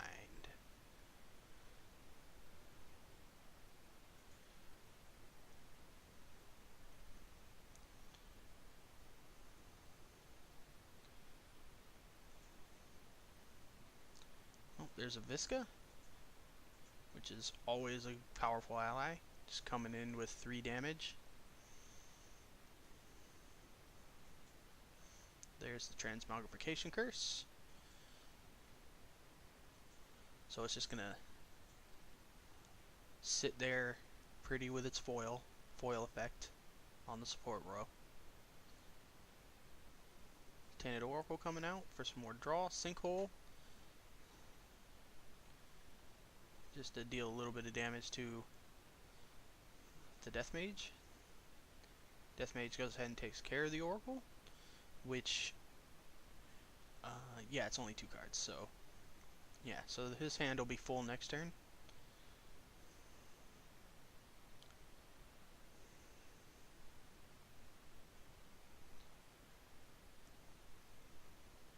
Ground Shift comes in.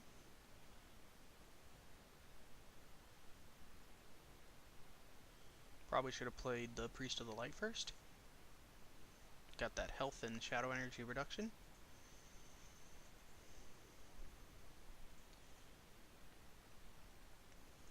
Maybe that's where the Brain Freeze came in. I'm not sure. Because it does look like the match is wrapping up now. Marksman. Marksman's really good. Take out the Death Mage. Keep the other ally. So any ally she plays now is in Marksman's territory. So we shall see. But I imagine, yep, fireballs. The Ninja Ducky patented double fireball. If only he'd brought Supernova.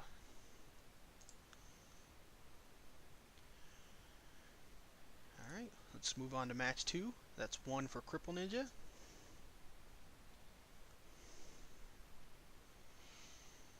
Let's see if Inevitable can pull this one back and take it for a 2 against 1.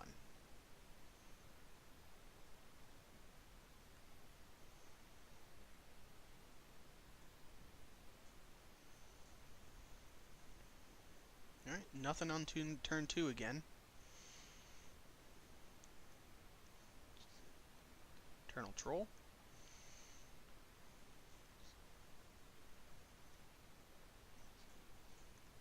Just always in the way. Crippling Blow on the Eternal Troll, which is good. But he might be able to sack Lamb the Crippling Blow off the Troll. Hey, Insano Mango. How's it going?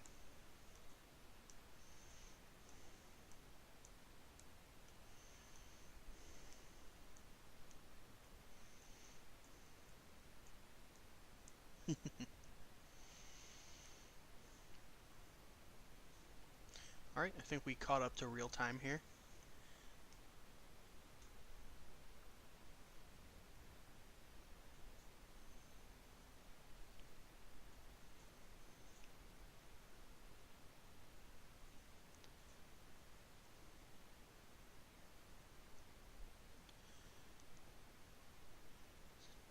there's a ground shift, which is gonna prevent the Phoenix from coming back.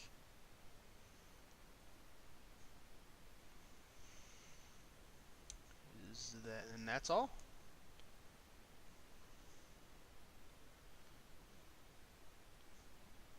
Managed to control the board, but it's gonna start running out of cards soon if he doesn't get Blood Frenzy or any other way to draw cards. Here's another Crippling Blow. Slows down the Phoenix, and there's the Blood Frenzy.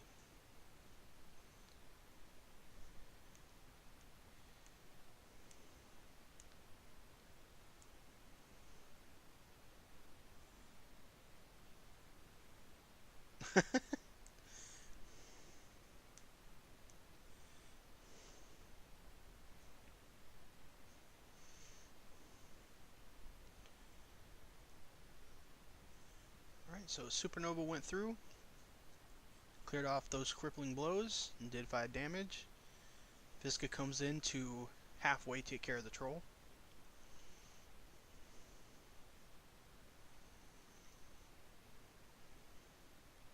I imagine Visca's not going to last another turn, if I had to take a wild guess.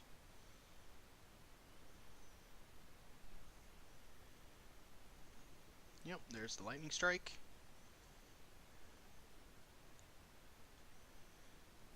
Three more damage to Boris. Hopefully Inevitable can pull something good out of those 2 top decks there.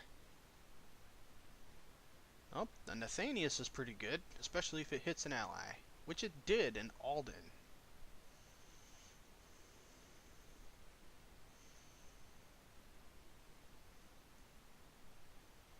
Nathanius is scary. Such a high attack power with high health.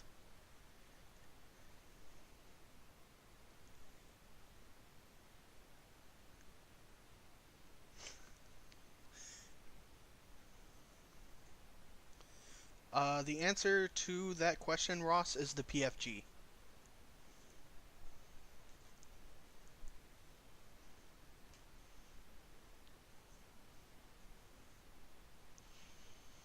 Oh, transmogrification, the Nathanius.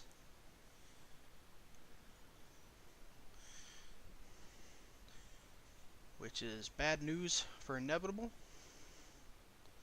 I'm resisting very much using his name as a pun.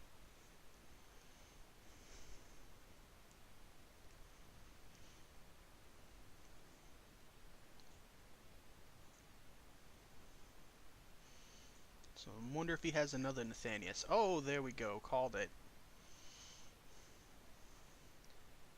Oh, it looks like he got Valerian Diplomat, which is really good. Take out that troll.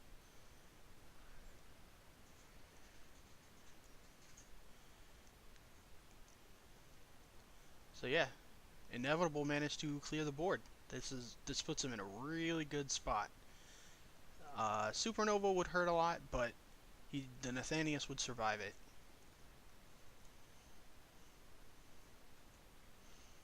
For one turn at least. Then Magi will probably Lightning Strike it, or use the ability.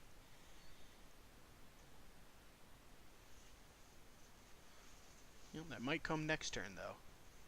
We might see double fireballs this turn. Yep. Which actually pretty much ends the game. I would imagine some control would have gone in otherwise.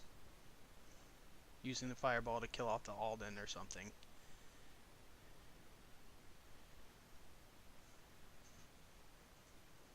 Nope, got up back up to 4 health. That's pretty good. But I imagine the Supernova is real.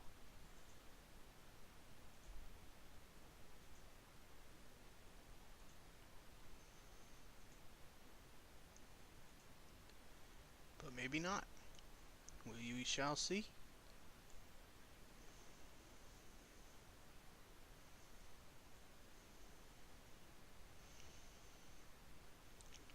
GG has been called. Which one of them won it?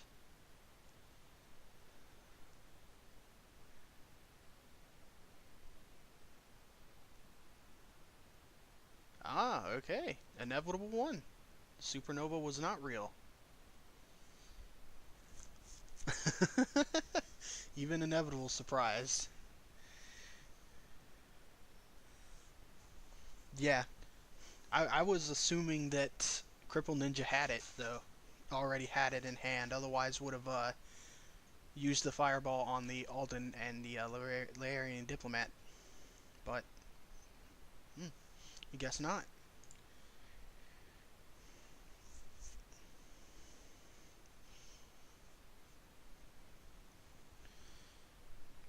So we are taking it to game 3.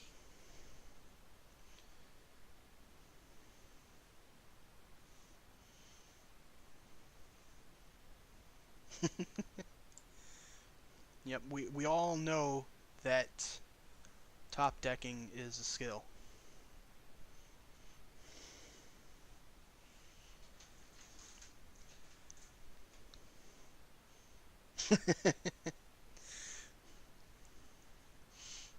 Fella says Boris is his boy.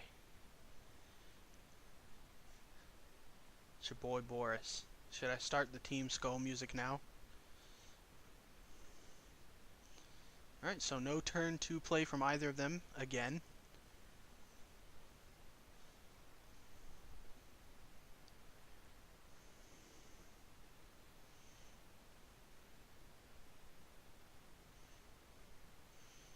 Oh, looks...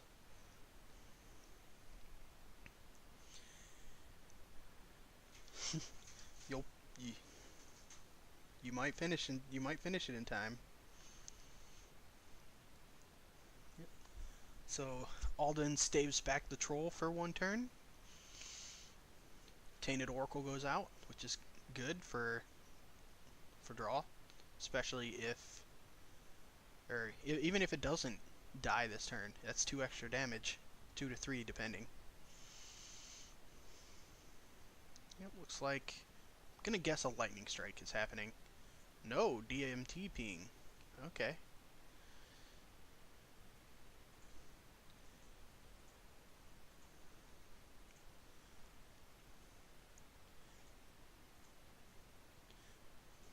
One of those allies is going down.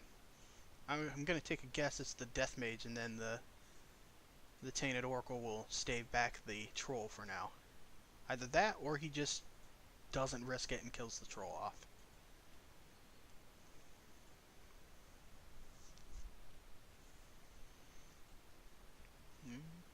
Nope, he takes care of the DMT. Yep, I imagine that's it. Yep.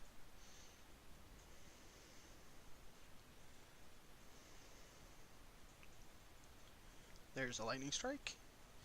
So it looks like Inevitable's gonna have a very full hand here.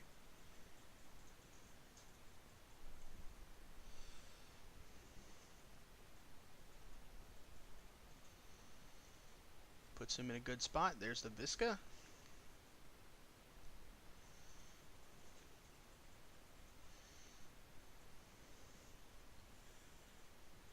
Yeah, I agree. I thought it was too. I mean, technically it was over. I thought Cripple Ninja had it. Yep, and there's the Transmogrification Curse. Man, it really feels like I've seen this somewhere before. Almost as if Deja Vu was around.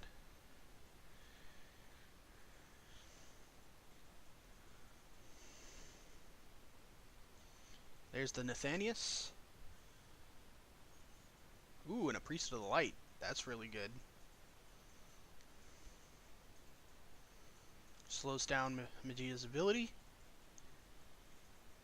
Puts 2 really strong threats on the board.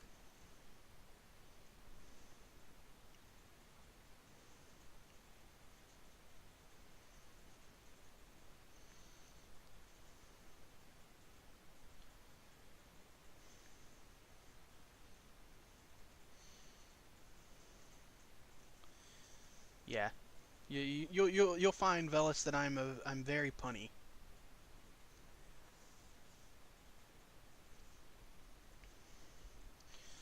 Yep. Sadly, the Nathanius also gets turned into an artifact.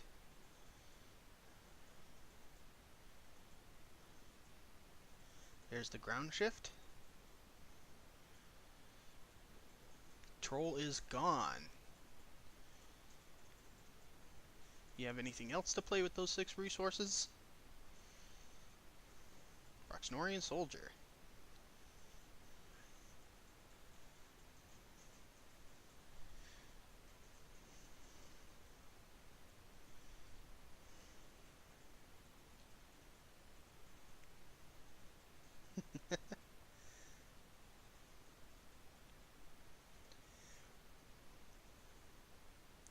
Yeah, but it does mean every single time that you kill Troll with that 2 damage, you're also basically healing the enemy hero for 2 instead of instead of hitting the hero. So that I honestly think it's always best to kill it off if you can, most of the time. Not all the time, but most of the time. Oh, here comes a fireball to the face. Looks like Cripple Ninja's decided to rush him down.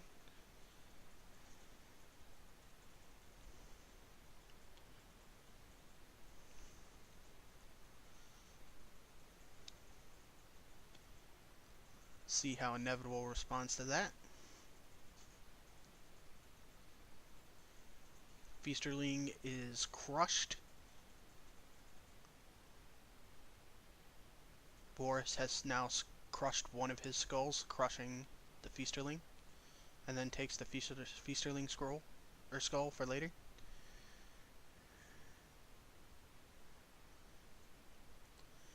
Yep, I agree. It's not looking very good for Cripple Ninja here. Looks like Insano Mango doesn't have to concede after all.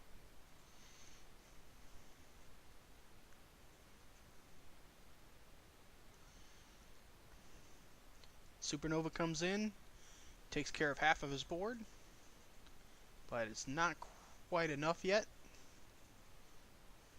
Emphasis on yet. Ooh.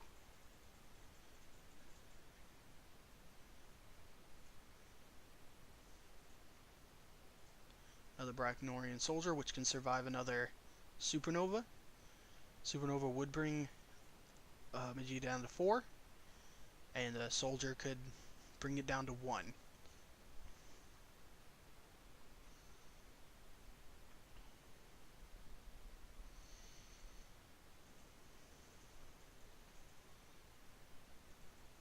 Yep, you don't, but it's still a pretty good card. Yep, and it looks like there's the GG, so it looks like Inevitable gets to go on.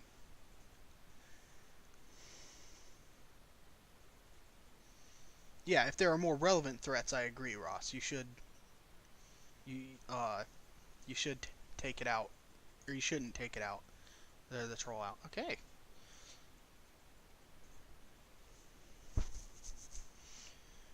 But I do agree that if you can, and there's a good chance to do it, because it's a lot of resources to keep dealing 2 damage usually, unless you have something on the board that or an ally on the board that just deals the 2 damage.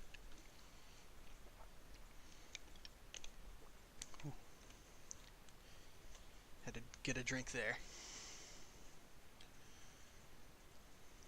Alright. Oh, and I guess I should clarify for those watching elsewhere that A1 opponent is Insano Mango.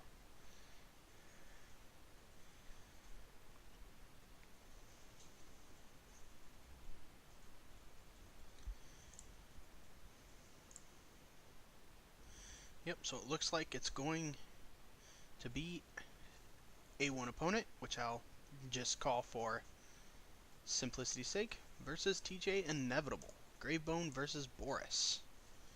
Boris crushes the skulls, and then Gravebone just rearranges them as a hobby.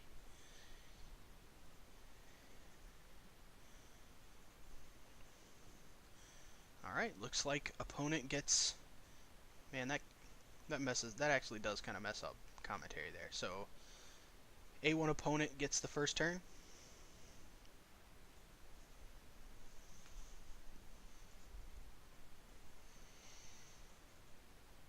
It looks like he's having a tough time deciding what he wants to sacrifice.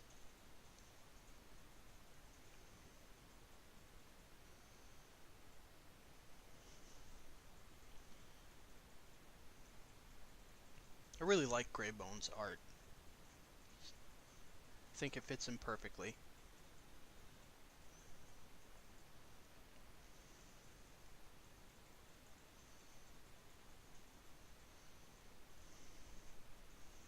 Must be a really hard sacrifice decision, or it's gone AFK 1. Oh, it looks like he got disconnected. Hopefully he has enough time to make a sacrifice.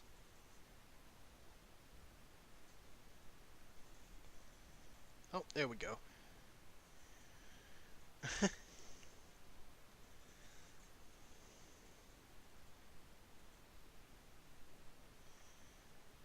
Alright, looks like we're rolling now. Both sacrifice, don't do anything on turn 1, which is typical. There's a turn 2 play. Feasterling.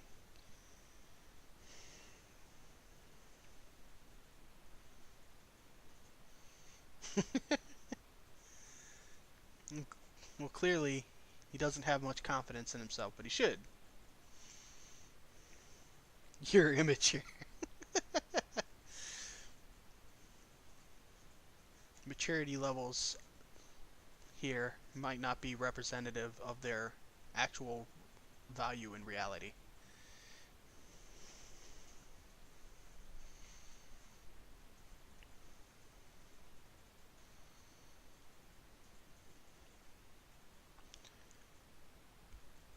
Well, looks like Inevitable has a slightly tough sacrifice choice, or is busy typing. More mature comments.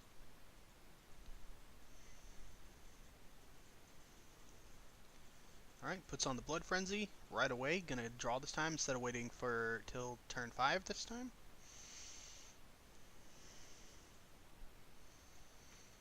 Oh, and there goes the 2 damage from the Death Mage. And I would hope we see something. Yep, Feasterling. Ooh, and a Sacrificial Lamb. So it looks like Feasterling is getting crushed with another skull. Unless Boris decides otherwise.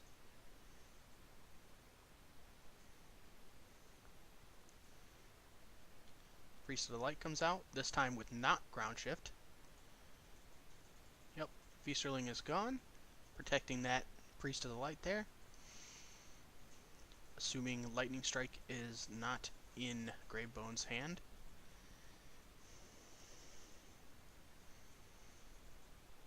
There goes out a Phoenix.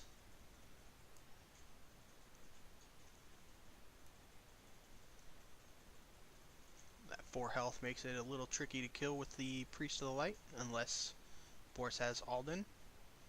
Then it won't be that tricky. But then the Priest of the Light's in trouble, I guess.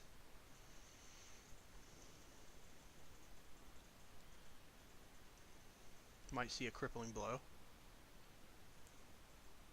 Oh, just a Braxtonorian soldier. Yep, so it looks like Priest of the Light is safe from the Phoenix for the moment. Oh, looks like we're going to see a Supernova. Yep. Phoenix comes back as a 3-4, pretty much, and the Boris's board is wiped.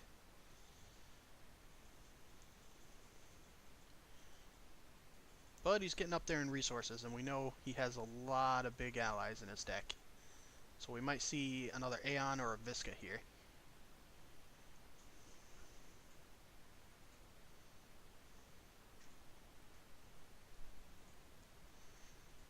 Well, there's the crippling blow. So I guess that's taken care of. I'm going to guess we're going to see a Nathanius next turn, though. Yep, there comes a Death Mage ping. Another Feasterling, just putting down threats on the board before, so that Boris has to choose which one to get rid of.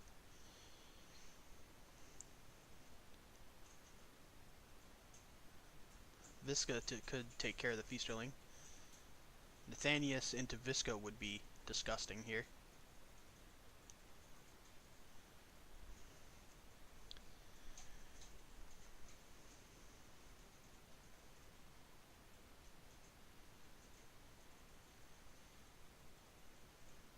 Oh, there's the Visca. So Feasterling gets sliced down. I believe that's it. Yep.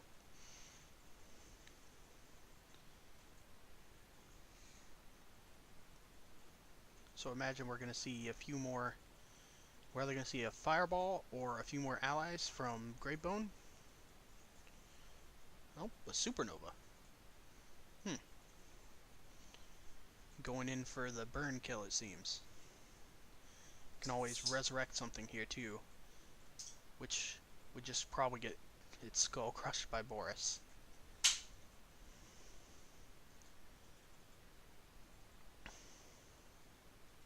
Nathanius into a soldier. That's pretty good. And by pretty good, I mean very good.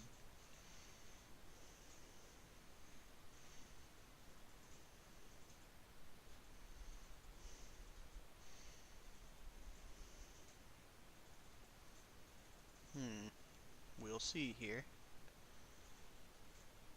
Oh, looks like A1 opponent, or Insano Mango, is conceding. Must not have the burn spells he needs to finish it. Nope, doesn't seem like it.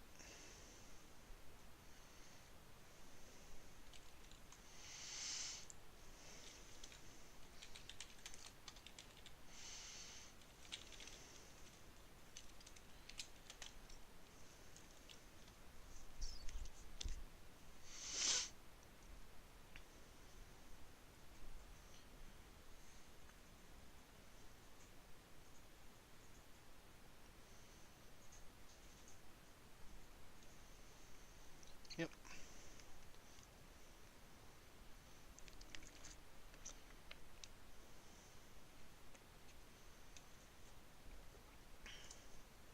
So Insano Mango conceded there.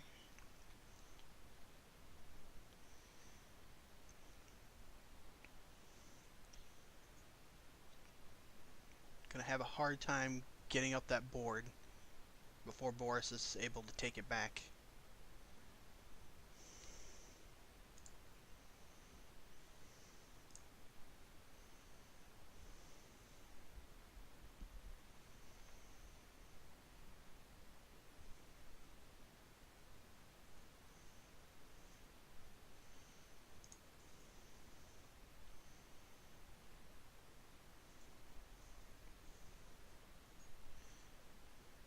Yep, so Boris is up one. And that'd be inevitable. Pun not intended there. Alright, here we go.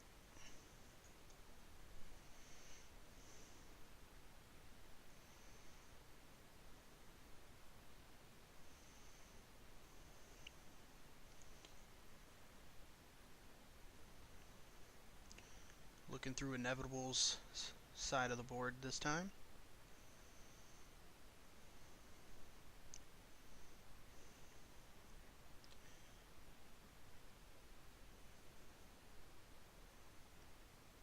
Usual turn one, sacrifice and pass. And I'm gonna guess that the only two cost allies really in Inevitable's deck are those diplomats. Because he never seems to play anything on turn two. There's a Mass Bandit.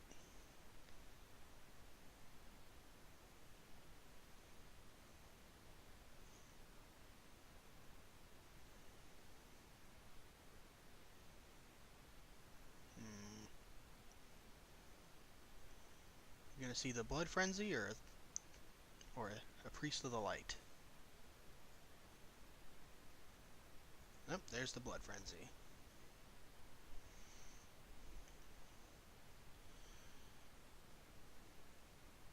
Yep, there's the usual Eternal Troll. He seems to be eternally in this pop-up.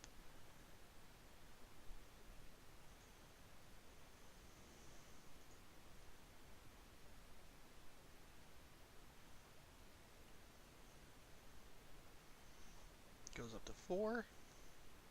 What are we gonna see from you, Inevitable? Ah, crippling blow on the bandit. That's a pretty good decision. There's the Phoenix Uragaan. Maybe we'll see the ground shift do put in some work this time.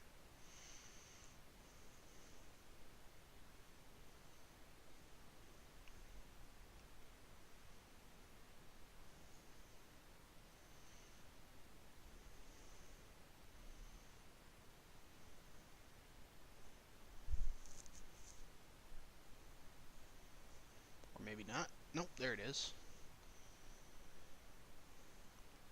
Tough choice between the two, because whichever one he kills is just going to come back. I guess technically the Uragaan is easier to deal with, in most cases. Oh, and then the sinkhole. Got rid of them both. Cleared the board. Yep, Gravebone is now in trouble. Because, once again, Inevitable has hit Fatty range. And will be able to just drop threat after threat after threat.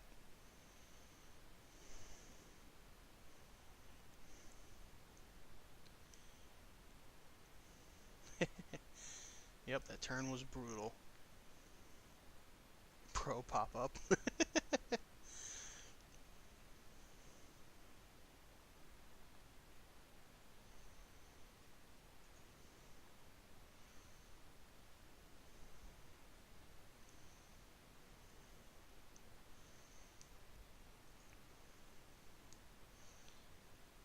Yep, and he didn't sacrifice, so I guess he doesn't even have a Supernova to go with. Looks like he wants to keep cards out of his hand, so he doesn't kill the Tainted Oracle.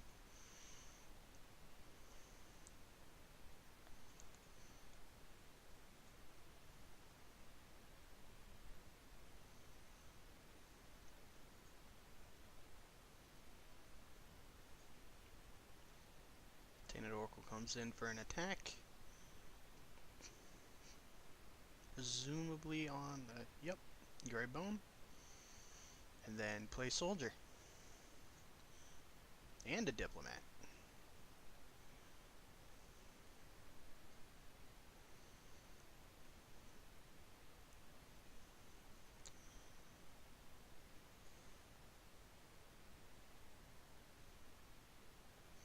Yeah, I guess that prevents him from supernovaing and getting good value out of it. Catalina's in here to beg for more cats.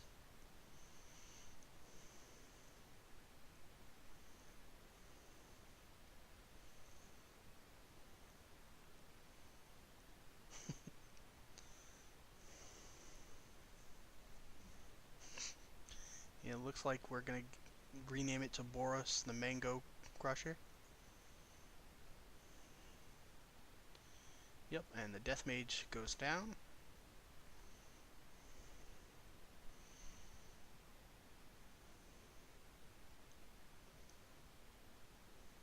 Yep, and there's the Aeon.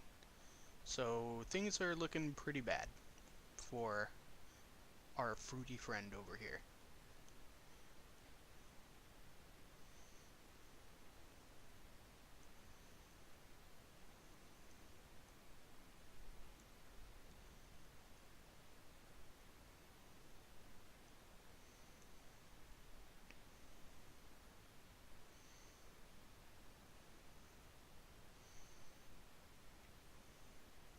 Yep, so he draws with the False Blood and brings back the Death Mage.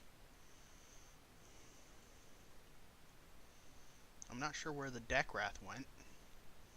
Maybe he doesn't have that many.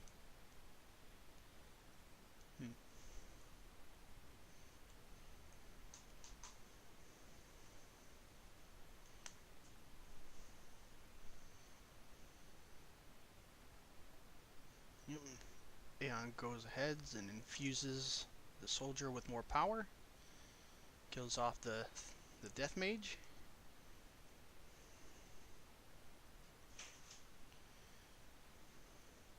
It looks like he might be saving his ability. Nope.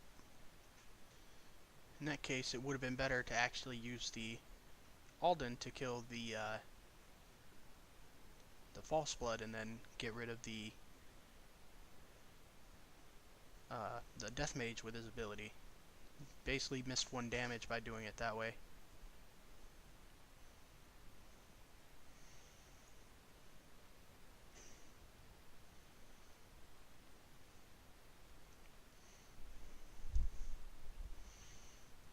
Death mage comes in for the ping. Boris is getting pretty low.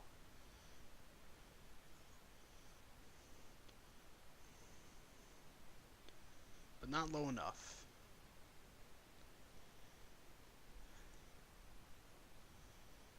Let's see, that's...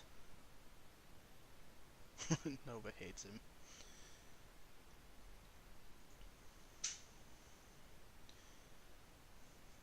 So that's 6, 8, 11, 14, 15. Still needs 2 damage.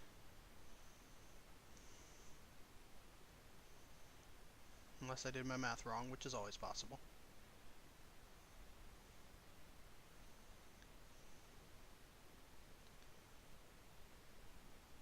Nope. Still needs 2 damage.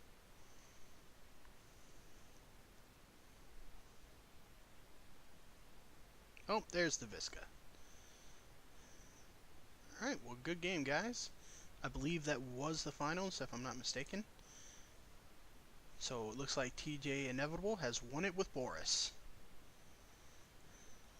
And according to Mana Nexus over here, that's 2 wins for Boris today on pop-ups. Boris is doing pretty good for himself.